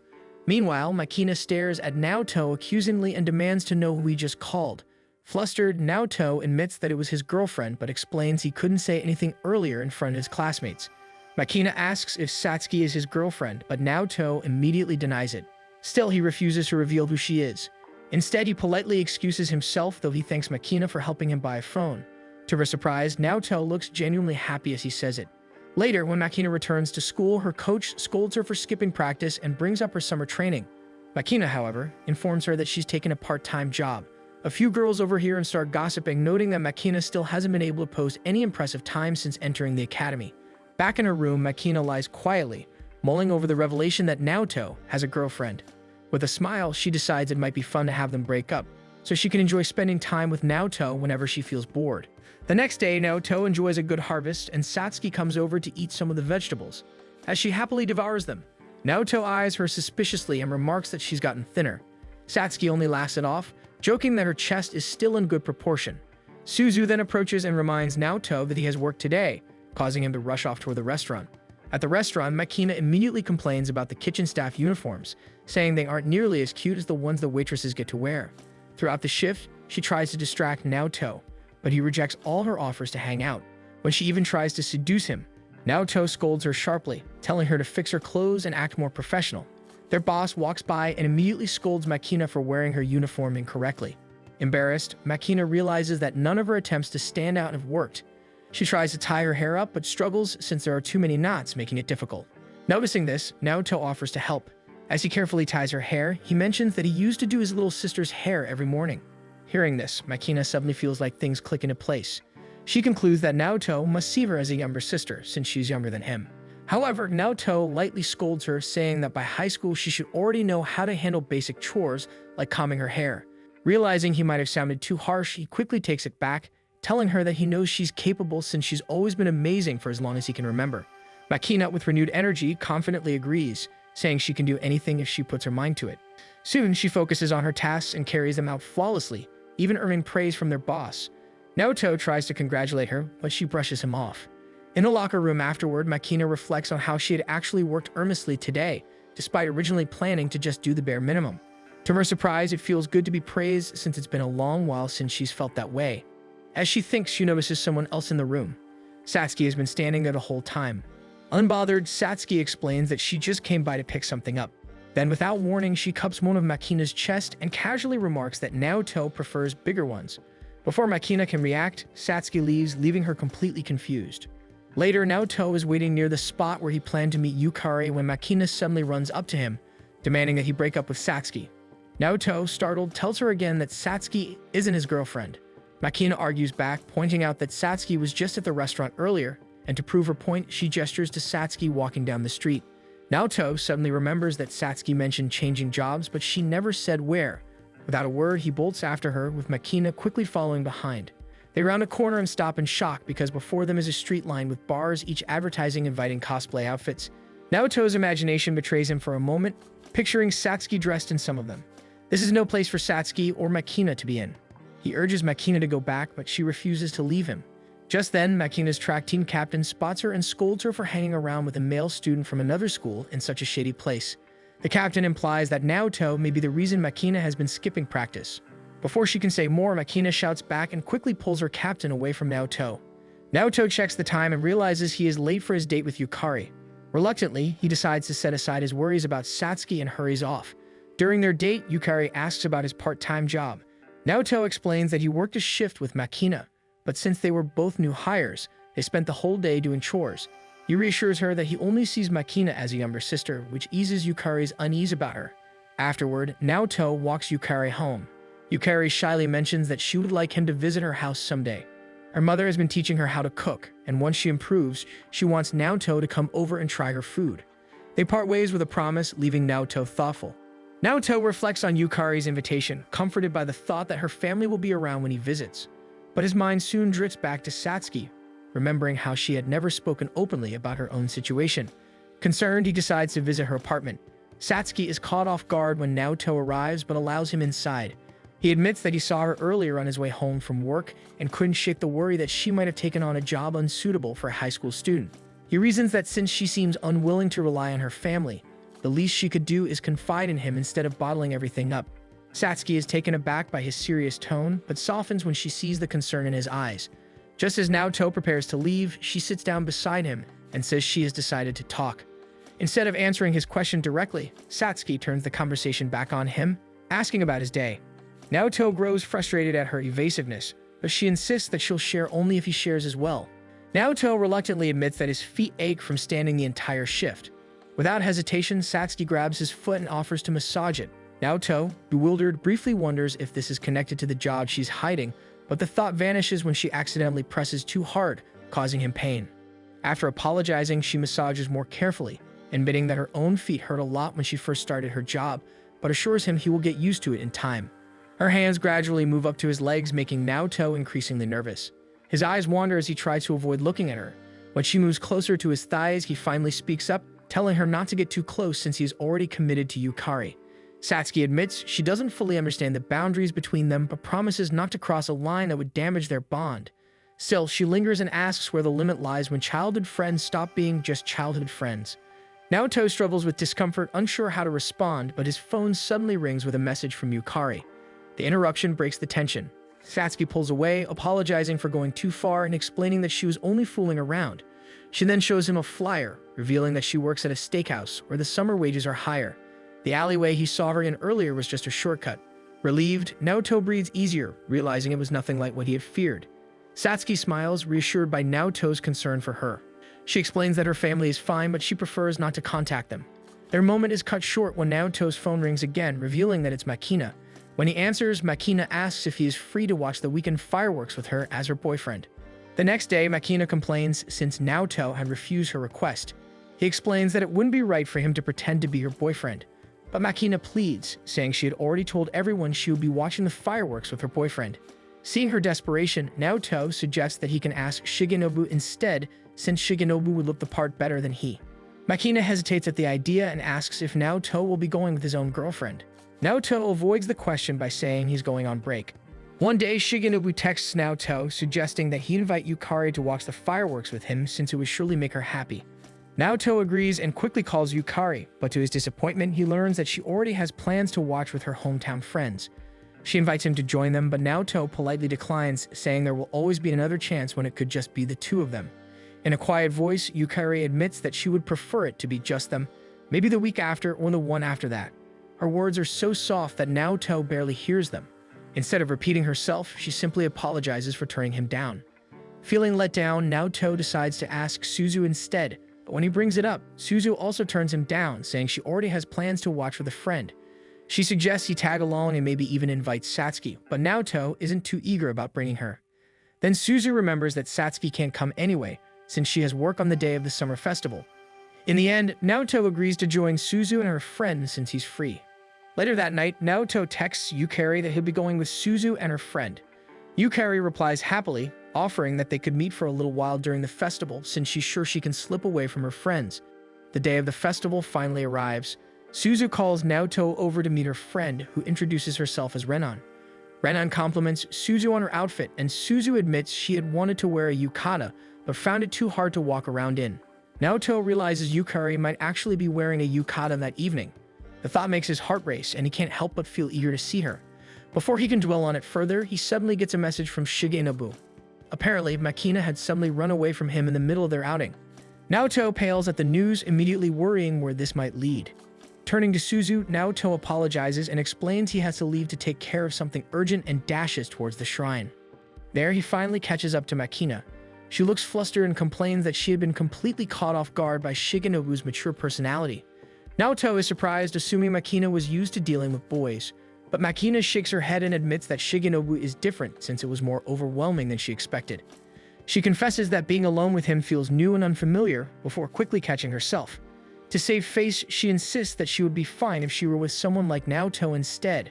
Makina points out that Shigenobu went straight to complimenting her yukata, and it's only then that Naoto realizes she is in fact wearing one. Makina exclaims that Naoto is exactly the type of boy she is used to dealing with. She then insists that Naoto become her pretend boyfriend instead. Naoto immediately refuses, reminding her that he is supposed to meet his actual girlfriend at the shrine. Makina pushes further, saying she wants to tag along so she can finally see this girlfriend for herself. Their back and forth soon attracts the attention of two guys who approach and try to convince Makina to ditch Naoto and watch the fireworks with them instead. Both Naoto and Makina scramble to come up with excuses, but the men don't back down. Realizing the situation could get worse, Naoto instructs Makina to follow his signal. Waiting for the right moment, Naoto suddenly shouts for her to go. Makina bolts forward with such surprising speed that even Naoto is momentarily stunned. Recovering quickly, Naoto chases after her and eventually finds her by the shrine. She scolds him for telling her to run, claiming that he should have fought for her instead.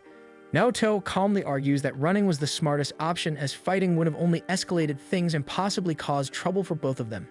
He insists he would tell his girlfriend the same thing, because avoiding unnecessary danger is the better choice. Makina then presses him further, asking what he would do if running wasn't an option. Naoto answers firmly that if escape was impossible, he would do whatever it takes to protect the person he considers important. His words make Makina's cheeks flush red, and she shyly asks if she too would be someone Naoto would protect. Before Naoto can respond, the first firework bursts across the night sky, stealing his attention. When he turns back to ask her to repeat her question, Makina refuses, her face flushed with embarrassment. Naoto then remembers that he still has to meet Yukari, blurting out her name in the process. Immediately, Makina latches onto it, realizing that Yukari must be his girlfriend. She pleads to meet her, convinced that Yukari couldn't possibly be that pretty. But just then, Yukari spots them and walks over. When Makina gets a good look at her, she feels an unexpected pang of regret. Naoto introduces them, but Makina quickly excuses herself, claiming she needs to head back to her team. Naoto worries about leaving her without a fake boyfriend, but Makina assures him she'll think of something before dashing off. Still upset, she can't understand why it bothers her so much that Naoto's girlfriend is beautiful. When her captain suddenly catches her hand, Makina realizes the truth that she has feelings for Naoto. Meanwhile, Naoto and Yukari ride the train home together. Yukari admits that she wants to spend more time with just him. When they exit the station, it begins to rain, forcing them to take shelter under a nearby roof. Since the rain is still light, Yukari suggests they should walk quickly so they can get home without getting too wet. However, she forgets she is wearing a yukata and trips. Naoto suggests that they hold hands so she won't stumble again. Yukari, flustered but pleased, confidently extends her hand. After a few minutes, the drizzle turns into a downpour, and the wind begins to pick up. Naoto realizes it would be too risky to continue and decides they should wait out the storm at his house since it's the closest place. As they near his home, he unexpectedly spots Satsuki standing outside. Satsuki explains that she only came by to put a tarp over the vegetables and to put away Suzu's planters, but both Naoto and Yukari grow concerned for her. Naoto insists they all come inside. Inside, Naoto considers informing Tamahyo, but after seeing several do not disturb signs on her door, decides to let her know in the morning instead. He returns to the room where Satsuki and Yukari are and tells the girls they should bathe ahead of him while he searches for some clothes they can borrow. Satsuki apologizes for the inconvenience and heads to the bath. During their bath, Satsuki can't help but be amazed at how big Yukari's chest is compared to hers, leaving Yukari embarrassed. As they soak in the warm water, Yukari decides to ask why Satsuki spends so much time at Naoto's house. Satsuki explains that she helps Suzu with the vegetable garden and reassures Yukari that she doesn't need to worry. Yukari tries to deny her unease, but one sharp look from Satsuki makes her admit the truth that she does worry a lot. To ease her mind, Satsuki tells Yukari that Naoto looks genuinely happy when he's with her. She further reassures Yukari that her own relationship with Naoto is nothing more than that of childhood friends, and as she wouldn't want to ruin that bond. Yukari, however, looks at her uncertainly, sensing there's more behind Satsuki's words. She tries to press for her real feelings, but Satsuki insists that she's fine as long as Naoto is happy and gets what he wants. With that, she leaves Yukari alone in the bath. Yukari still feels uneasy, but ultimately decides to let it go. Later, Naoto receives a text from Suzu's friend and parents informing him that Suzu won't be coming home tonight. Satsuki seizes the opportunity to tease Naoto, joking that he'd want to spend the night with both of them. She even suggests that Naoto and Yukari should take the chance to make out, leaving both of them red-faced with embarrassment. Their reaction prompts Satsuki to conclude that they haven't even kissed yet. Naoto sits by the door of his room, staring at the planters as his thoughts drift to Yukari and the complicated situation. His phone buzzes with a message from Suzu, reminding him to bring the planters inside from the garden. Suddenly, he hears a voice and thinking it's Yukari, only to see Satsuki standing there, teasing him lightly. She turns to leave, but Naoto calls out to her, thanking her sincerely for coming all this way just to care for the garden during the storm. Satsuki looks caught off guard by his words. Though she tries to brush it off, her face betrays the faintest hint of fluster before she heads back to her room. Soon after, both she and Yukari settle down for the night. Yukari makes up her mind and quietly slips into Naoto's room. She finds him already fast asleep. She realizes this may be her perfect chance to kiss him. Her face warms as she leans closer, but just before her lips touch his, Naoto murmurs something in his sleep. Hearing Suzu's name escape his lips, Yukari freezes. She hesitates, realizing it wouldn't feel right to kiss him without his consent. She decides to leave, but at that moment, Naoto stirs awake. In his haze, he mistakes her for Satsuki and scolds her. Blinking the sleep from his eyes, Naoto finally realizes it is Yukari before him. Embarrassed, she explains that she couldn't sleep. Their conversation turns awkward when Yukari suddenly mentions that he had called out Satsuki's name in his sleep. Naoto panics, scrambling for an explanation, but before he can properly respond, Yukari presses him with a request. She tells him that if he does something with her now, maybe it will stop him from thinking about Satsuki, especially before Satsuki realizes her own feelings for him. Naoto assumes she means kissing. After wrestling with himself for a moment, he shuts his eyes and leans in. But Yukari suddenly stands, surprising him, and then lies down on his bed instead. Naoto looks at her in confusion until he notices she isn't wearing pants. The realization makes his thoughts spin. He wonders when Yukari became so bold, struggling to steady his mind.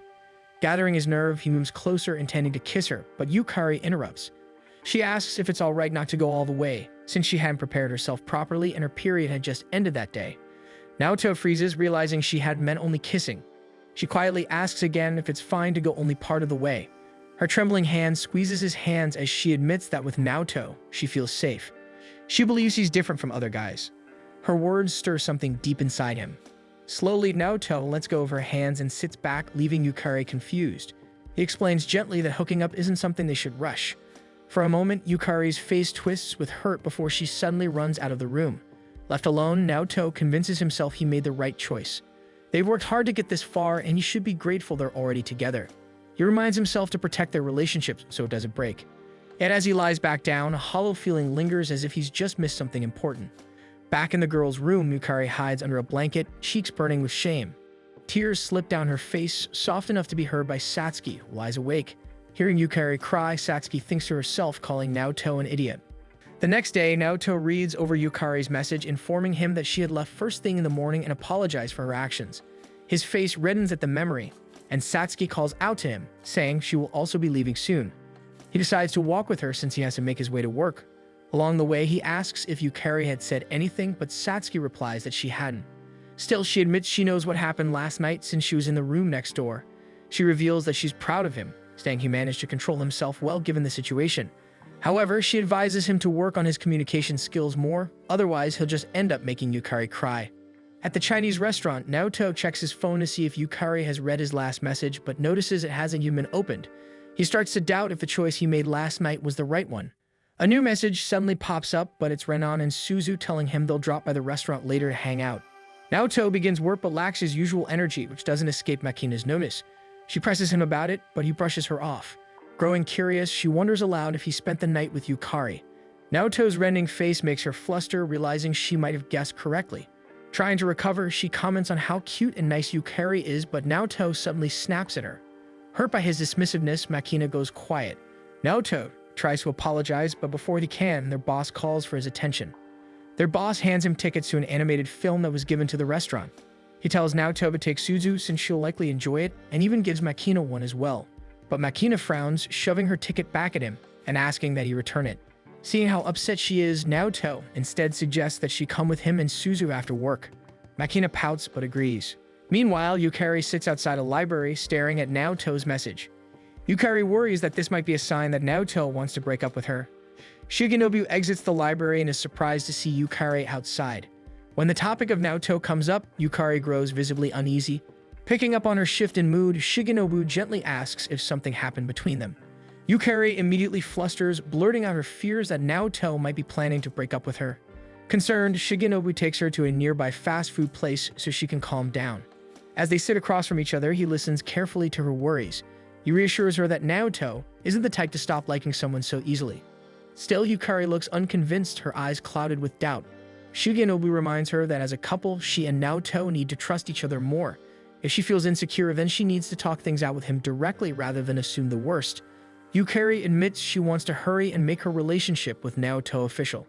To her, Naoto is the only man she could ever want, and if she doesn't solidify things quickly, Satsuki might end up stealing him away. Shigenobu sits back, caught off guard by her sudden possessiveness. He doesn't press her further, but as Yukari excuses herself and leaves, he can't help but think Yukari struggles with self-esteem more than he realized. Meanwhile, at the theater, Makina finally meets Suzu and Renan. She's surprised to learn that Naoto's younger sister is only in 4th grade. Naoto checks his phone again, but Yukari still hasn't replied. Before the film begins, Makina leans closer and asks if it's really okay for her to be there, given that he already has a girlfriend. Understanding her implication, Naoto jokes that he's just chaperoning 3 kids, hinting that Makina is the 3rd. As the lights dim, Suzu and Renan become absorbed in the movie. Beside them, Naoto dozes off, his head tilting against Makina's shoulder. By sunset, Yukari stands alone at a train station, staring at her phone. None of her messages have been read. When she tries calling, Naoto doesn't pick up. Her chest tightens with dread. She begins to fear that Naoto doesn't like her anymore. The next day, Yukari receives a message from Naoto, explaining that his phone had been on silent while he was at the movies. He apologizes for missing her calls and says he hopes they can talk tomorrow. She smiles, happy that her fears from yesterday weren't true. She quickly replies of her available schedule, waiting anxiously for his confirmation. Suddenly, her mind chooses to focus on Naoto mentioning going to the movies. She starts to worry that he had brought Satsuki. Meanwhile, Naoto debates whether he should just call Yukari instead of arranging a meeting. Satsuki's warning from before still echoes in his mind, but he feels that talking face-to-face is the best way to properly express himself. As he ponders, Makina leans over his shoulder and notices the long list of missed calls on his phone. Before Naoto can shoo her away, he notices her outfit. Makina proudly reveals that she's been given waitress duties for the day. Makina, catching his stare, suddenly feels self-conscious and blurts out a question about chest sizes he prefers. Naoto pointedly ignores her, turning his attention toward their boss instead. Later, Naoto heads toward the place where he's supposed to meet Yukari. That's when he notices Makina trailing behind him. She insists he take her out, but Naoto firmly refuses, clarifying that yesterday had been mostly for Suzu, not for her.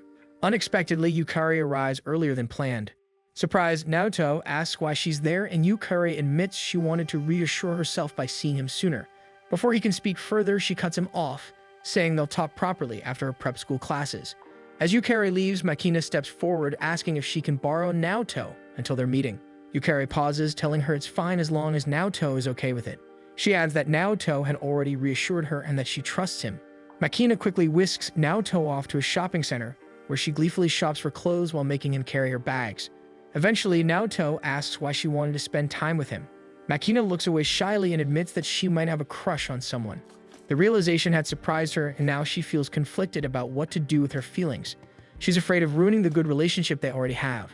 Naoto, oblivious, misunderstands and firmly pats her shoulder, telling her he understands and that they should both do their best with their crushes. Makina then spots a lingerie store and drags Naoto toward it. Pointing at a particularly dirty piece, she teases about buying it. Naoto tries to brush it off, but his mind betrays him as he can't help but picture Yukari wearing it. Makina tries to play it off by suggesting she should try on the lingerie, but the words come out awkwardly and leave her red with embarrassment. Naoto takes her to a nearby steakhouse. To their surprise, Satsuki is working there. She eyes them suspiciously and she scolds him for cheating. Makina jumps in, explaining that she had Yukari's permission to be with him. Satsuki gives her a measured look and casually places a hand on Naoto's chest. With a sly grin, she says she should borrow him sometime as well. Makina stiffens at the bold remark, trembling in disbelief at Satsuki's nerve. Later, after finishing her meal, Makina slumps on a bench and starts to complain about her role in Naoto's life. She grumbles that none of the girls seem to take her seriously, not even Naoto. Her frustration spills over as she laments how guys, including him, only seem to like girls with bigger chests. Naoto tries to reassure her, telling her that while larger chests are admittedly eye-catching, it doesn't mean that's the only thing that makes someone lovable. He insists she can find love without them. Suddenly, Makina decides to sit on his lap and asks him to squeeze her chest. Naoto freezes, bewildered and irritated, until she hurriedly explains that she's heard it helps them grow bigger. Then, with her cheeks burning, she adds softly that she wouldn't mind if it were him doing it. To hide her timidness, she tries to provoke him further, taunting that he isn't man enough and that even Yukari probably doesn't think so. Naoto, flustered, mutters that he'll do it, causing Makina to topple right out of his lap in shock. As he steadies her, he admits that it's true that he is a coward, especially when it comes to Yukari. What he doesn't notice is that Yukari has arrived and is standing nearby, overhearing everything. While lifting Makina to her feet, Naoto continues.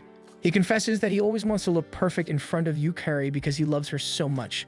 But that desire often backfires, leading him to mess up and hurt their relationship instead.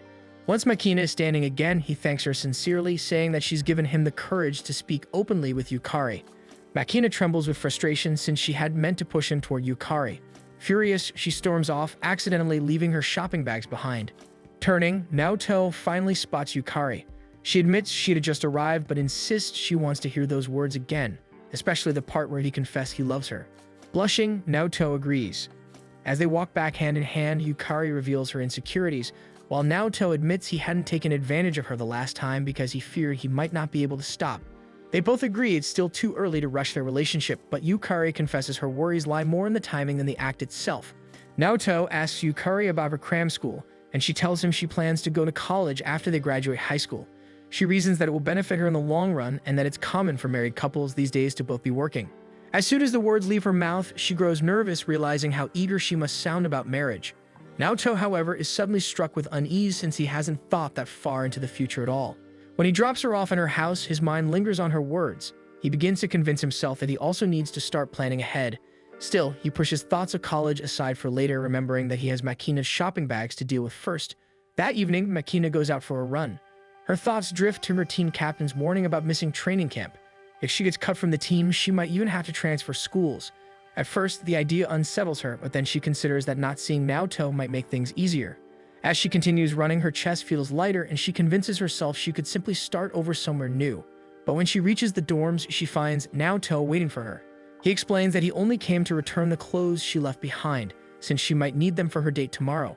Wishing her luck, he turns to leave, but Makina remains frozen, staring after him. Her throat tightens and her eyes brim with tears as she realizes she cannot let go of her feelings. That night, she makes up her mind. The next morning, she shows up at Naoto's home and sees Suzu.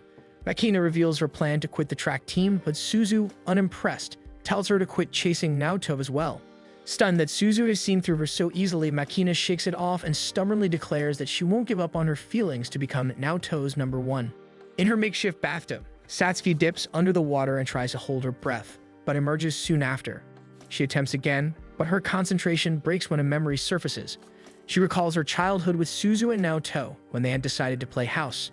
She was assigned the role of the baby, but Satsuki confessed she didn't know how to act like one because she had never experienced what it meant to be babied. The memory unsettles her and she rises from the water again, deciding she's had enough. The next morning, as Naoto gets ready for school, he promises Suzu that he'll help her and Renan with their summer homework and buy her ice cream afterward. When he leaves, Suzu tells herself that she'll chill some watermelons for later. Tamayo checks in on her and wonders why Naoto left for school when it's already summer break. Suzu explains that he's attending extra lessons for entrance exams. This surprises Tamayo, who says Naoto never mentioned wanting to go to college. Suzu admits that he hasn't and that his plan is still to enter the workforce right after graduation and live together with her. Tamayo scowls at the idea, calling it reckless, the kind of thing her brother might have done. Curious, Suzu asks if Tamayo was close to their father, but Tamayo refuses to answer. She asks why Naoto would bother with extra classes if he doesn't plan on college. Annoyed, Suzu finally reveals that Yukari invited him, and Naoto accepted. At school, Naoto hangs with some guys who admit they're only in extra lessons to catch daily glimpses of Yukari. Soon after, Yukari enters and moves to her seat. She lifts her phone in front of her face, hinting at Naoto to check his own. His face flushes when he reads her message, the memory of his recent love confession flooding back. Later, while Naoto waits for Yukari so they can head home together, Satsuki sneaks up behind him and peers at his phone. Startled, Naoto asks why she's there. Satsuki explains she was forced to return to school because she skipped swimming classes. Naoto recalls she once told him she couldn't swim. Satsuki admits she's been practicing on her own but can't hold her breath longer than 20 seconds. She laments that she wished Naoto could have helped her with swimming, just like he had taught her so many other things during their childhood. Feeling a twinge of guilt, Naoto admits quietly that he recently confessed to Yukari, and because of that, he won't be able to stay as close to Satsuki as before. Satsuki gets called back into the pool for class, but before she leaves, she tells Naoto not to feel sorry for her. No matter who he chooses to love, she'll remain the same. She adds that she doesn't need him watching over her.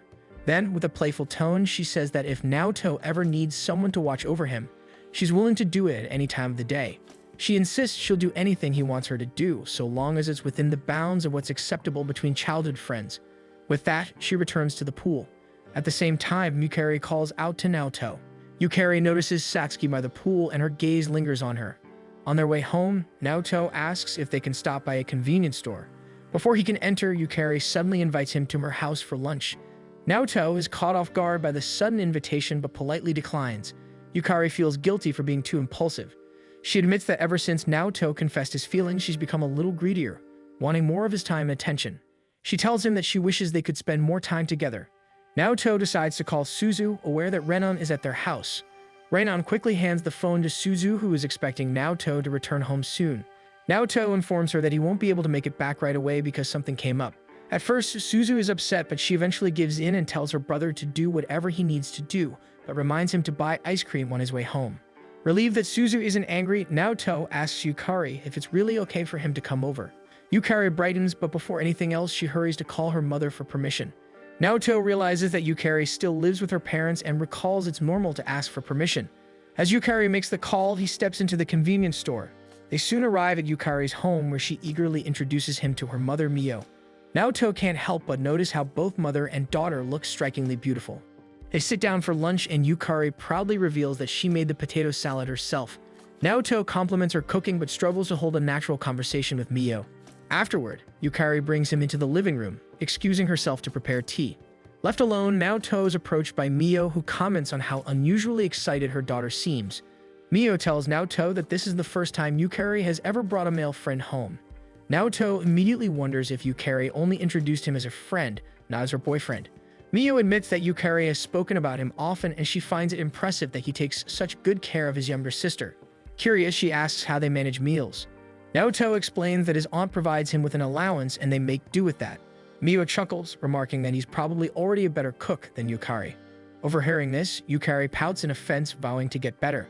Naoto notices several framed photos of Yukari as a child before his eyes land on a family portrait that includes her father and younger brother. Curious, he asks where her brother is. Mio explains that Shu is currently at swimming class to help strengthen his body since he's always been sickly. Mio goes on to confess her worries about the kind of boys Yukari might associate with when she isn't around to watch her. She admits she feels relieved that Naoto seems like such a kind and dependable boy. Yukari immediately scolds her mother for speaking so openly about her insecurities, but Mio insists that it's necessary because Yukari is still very young. Yukari argues that the reason she seems so innocent is because Mio is too strict and overprotective. She insists her mother should start treating her like a proper high school student, then looks at Naoto for support. Caught off guard, Naoto hesitates but agrees with her. Mio only smiles at their united front before excusing herself, remembering that she needs to pick up Shu from swimming. Once Mio leaves, Yukari's expression brightens. She declares that now it's just the two of them in the house. Shyly, she suggests they study in her room. Naoto is surprised, still shocked from the fact that Mio had left them alone together. When they enter Yukari's room, Naoto is taken aback by how clean and tidy it is. They sit together on her bed, and he can feel himself growing nervous. Suddenly, Yukari gets up to close the curtains, dimming the room. She turns back to him and suggests that they pick up where they left off the previous night. Naoto is stunned, quickly pointing out that Mio could return home at any moment. But Yukari reassures him that her mother won't be back until evening.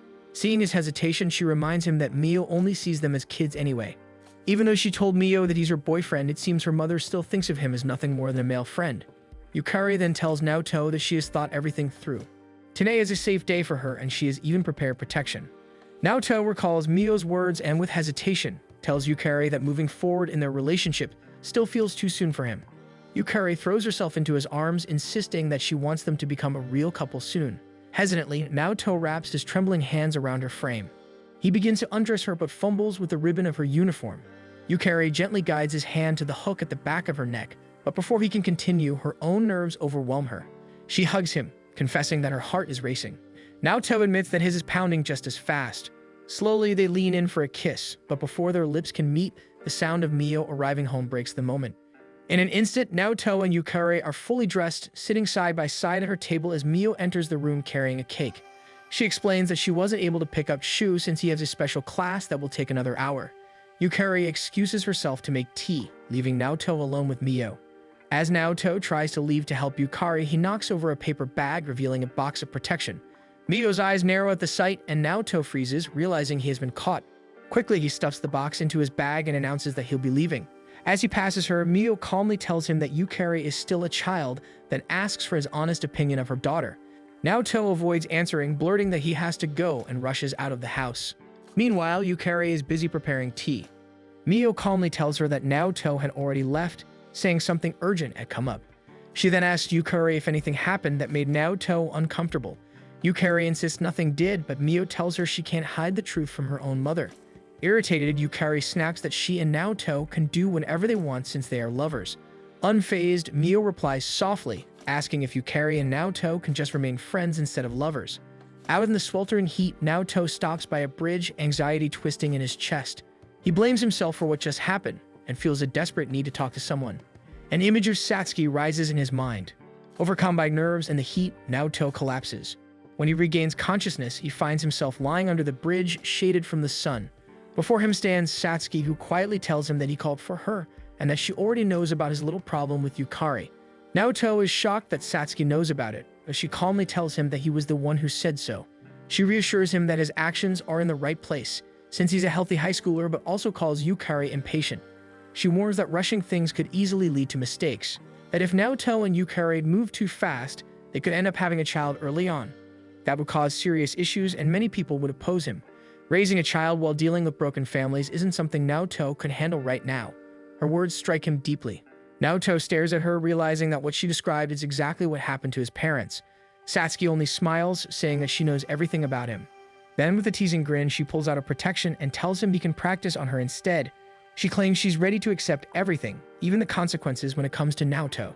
She leans in and kisses him, leaving Naoto feeling faint, his breath caught in his throat. Suddenly, he jolts awake. Satsuki is holding a bottle of water to his lips, and he chokes from drinking too quickly. Looking at her in alarm and confusion, Naoto realizes he had been dreaming. Satsuki explains that she came to the river to practice swimming but found him passed out. She looks at him curiously and asks if something happened, since he was supposed to be with Yukari. Naoto admits that he realized he's far from Yukari's ideal man, and that it feels wrong for her to settle for him. He adds that Satsuki is the only one he can truly open up to about his relationship problems. Feeling a sense of pride from being called important, Satsuki teases him about being babied by her. Her words remind him of Mio telling him Yukari is only a child, and his thoughts also drift back to Yukari's urgency to hook up with him. Tears begin to fall as Naoto realizes he's still just a child. As he tries to wipe them away, Satsuki curiously stays by his side.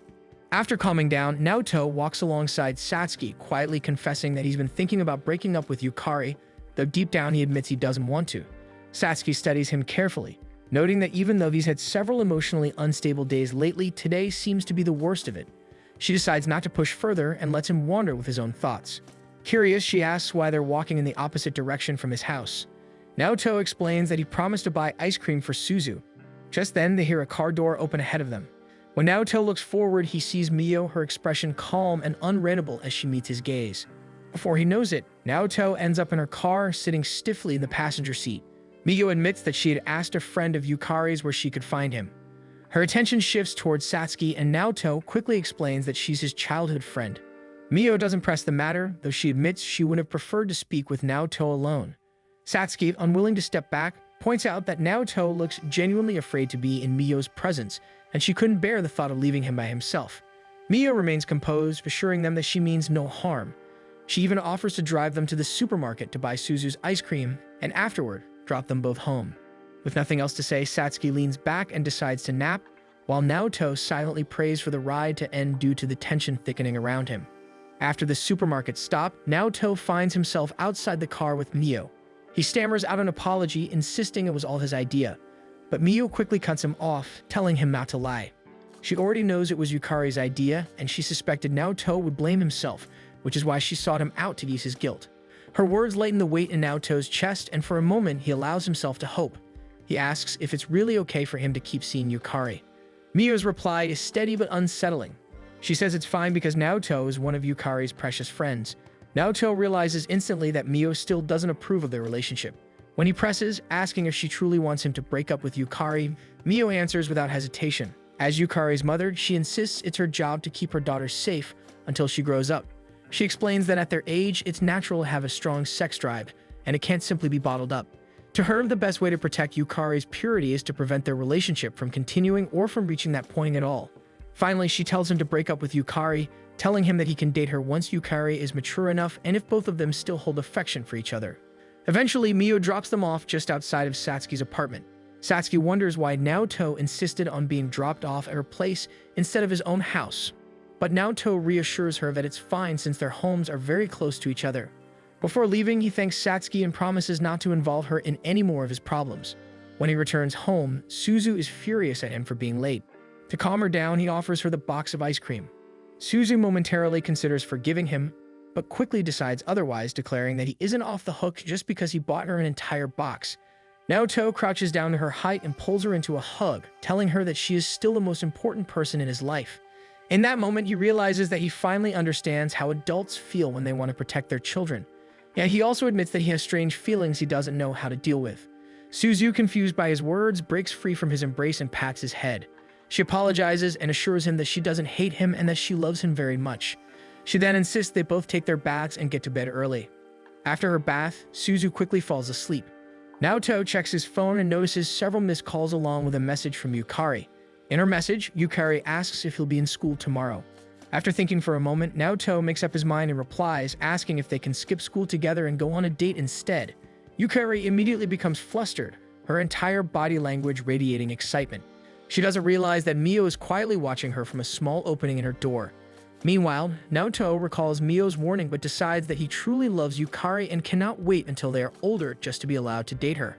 A few days later, while waiting for Yukari at a fast food restaurant, he begins writing out his plans for the future. He notes that he wants to live with Suzu after graduation, but also remembers how Suzu had left her summer homework completely blank. He then writes that he promises to see Yukari every afternoon, making a note to ensure everything works out for them. Remembering how Mio had asked him to break up with her, he angrily scribbles down that he will never break up with Yukari. When Yukari arrives and sees him writing, she asks what he's working on.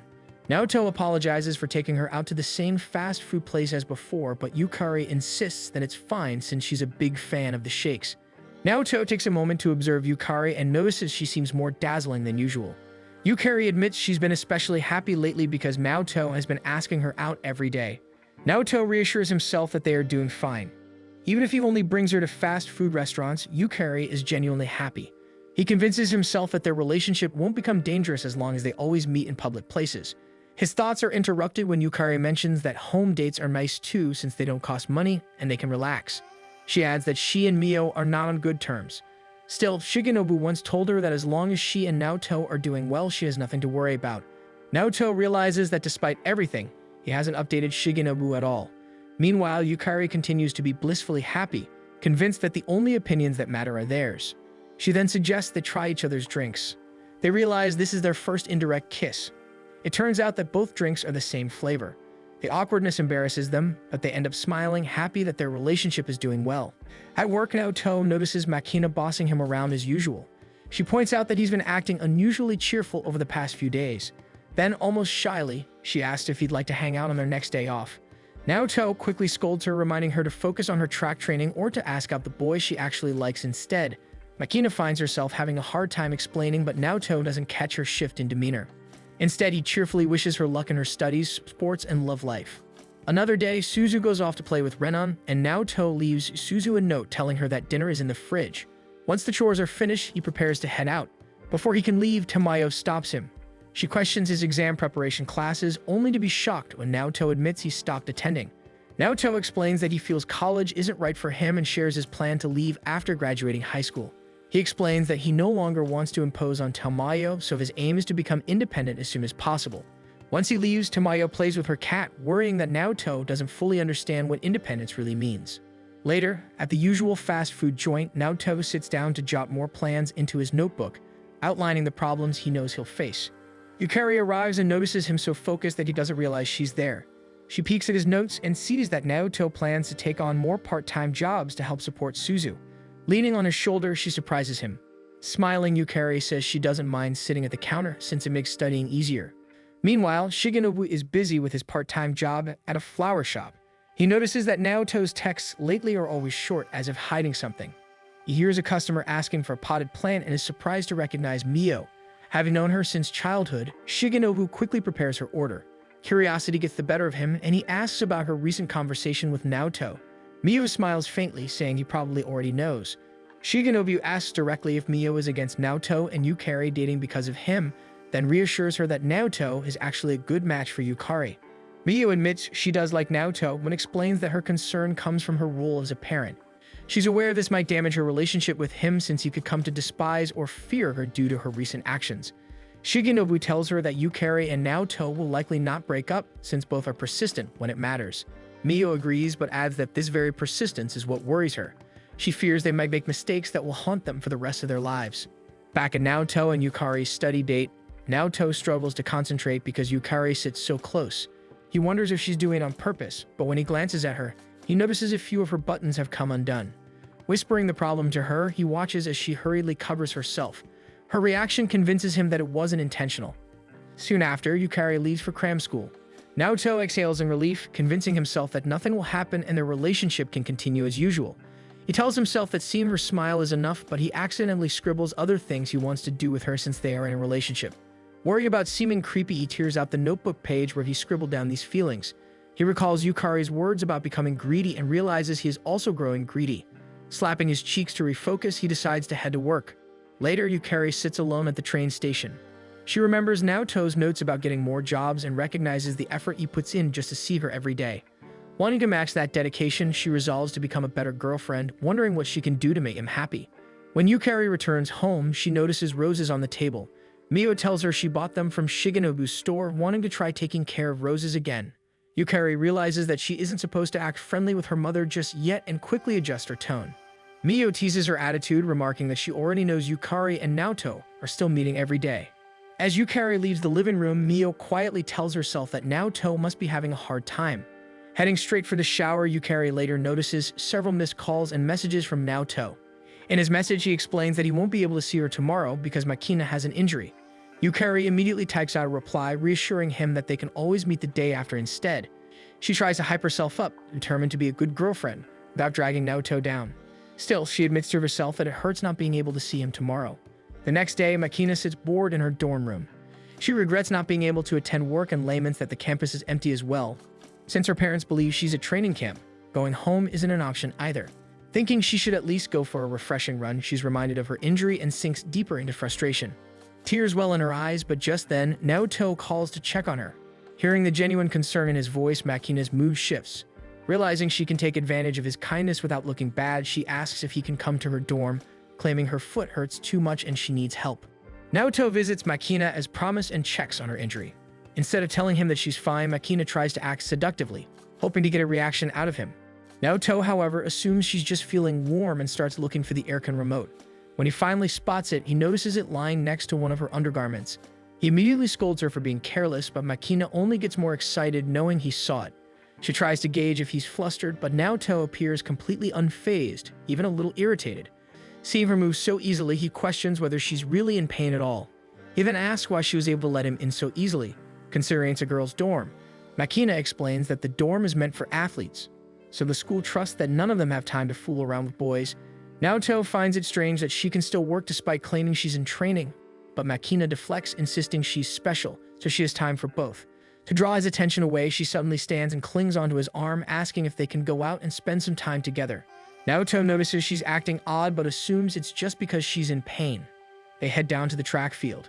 Makina looks thrilled to be there due to the open space, the lack of strict coaches or judgmental teammates. Seeing her smile, Naoto comments that she must really love running. Makina pretends to agree, but when Naoto asks if she plans to pursue track as a career, she admits she's still deciding. She adds that she wouldn't mind becoming a housewife if she were ever proposed to while still in high school. Naoto tells her she's too young to be thinking that far ahead. Makina argues that as long as she's 16 and her partner is 18, marriage is legally possible. Curious, she asks Naoto if he plans to marry Yukari. Naoto hesitates, unsure of what to say, which makes Makina tell him that girls tend to think about marriage a lot. Hearing that, Naoto starts to imagine what married life with Yukari might be like. He admits that it's a possibility, but right now, Mio doesn't approve of their relationship.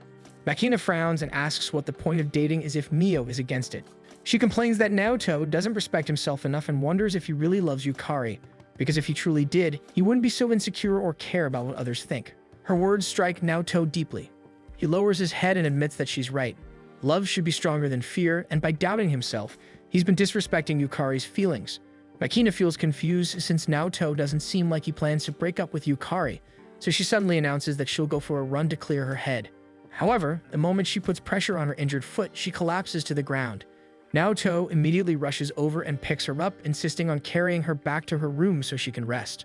Checking his phone, he realizes it's getting late and decides he should head home. Before he can leave, Makina grabs his sleeve and asks if he can visit her again tomorrow. He agrees, then finally leaves her alone to rest. Meanwhile, Shigenobu drops by Mio's place to deliver some liquid fertilizer from his grandfather for the roses she bought. Noticing a pleasant aroma, he asks if she's cooking meat and potato stew. Mio explains that Yukari is the one cooking this time, and that it should actually be edible because she's following the recipe Suzu gave her. She adds that Yukari has been learning all of Naoto's favorite childhood dishes to surprise him someday. With a sigh, Mio admits she wishes Yukari would just stay in the kitchen, so there'd be nothing to worry about. As Shigenobu watches Yukari's cheerful expression while she cooks, he feels relieved that things seem to be going well between her and Naoto. Meanwhile, Naoto walks home thinking about Makina. He knows she's lying about how serious her injury is, and some of the things she said still bother him. He pulls out his notebook and notices that all his future plans still revolve around Suzu, none of them mention Yukari. He realizes that marriage has never crossed his mind. At first he thought he was too young to consider it, but then he remembered that his parents were already together at his age.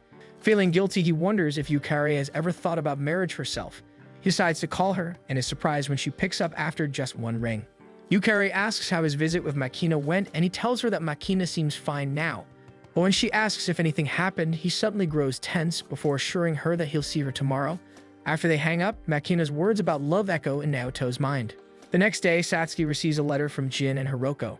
She begins to worry about Naoto as she walks.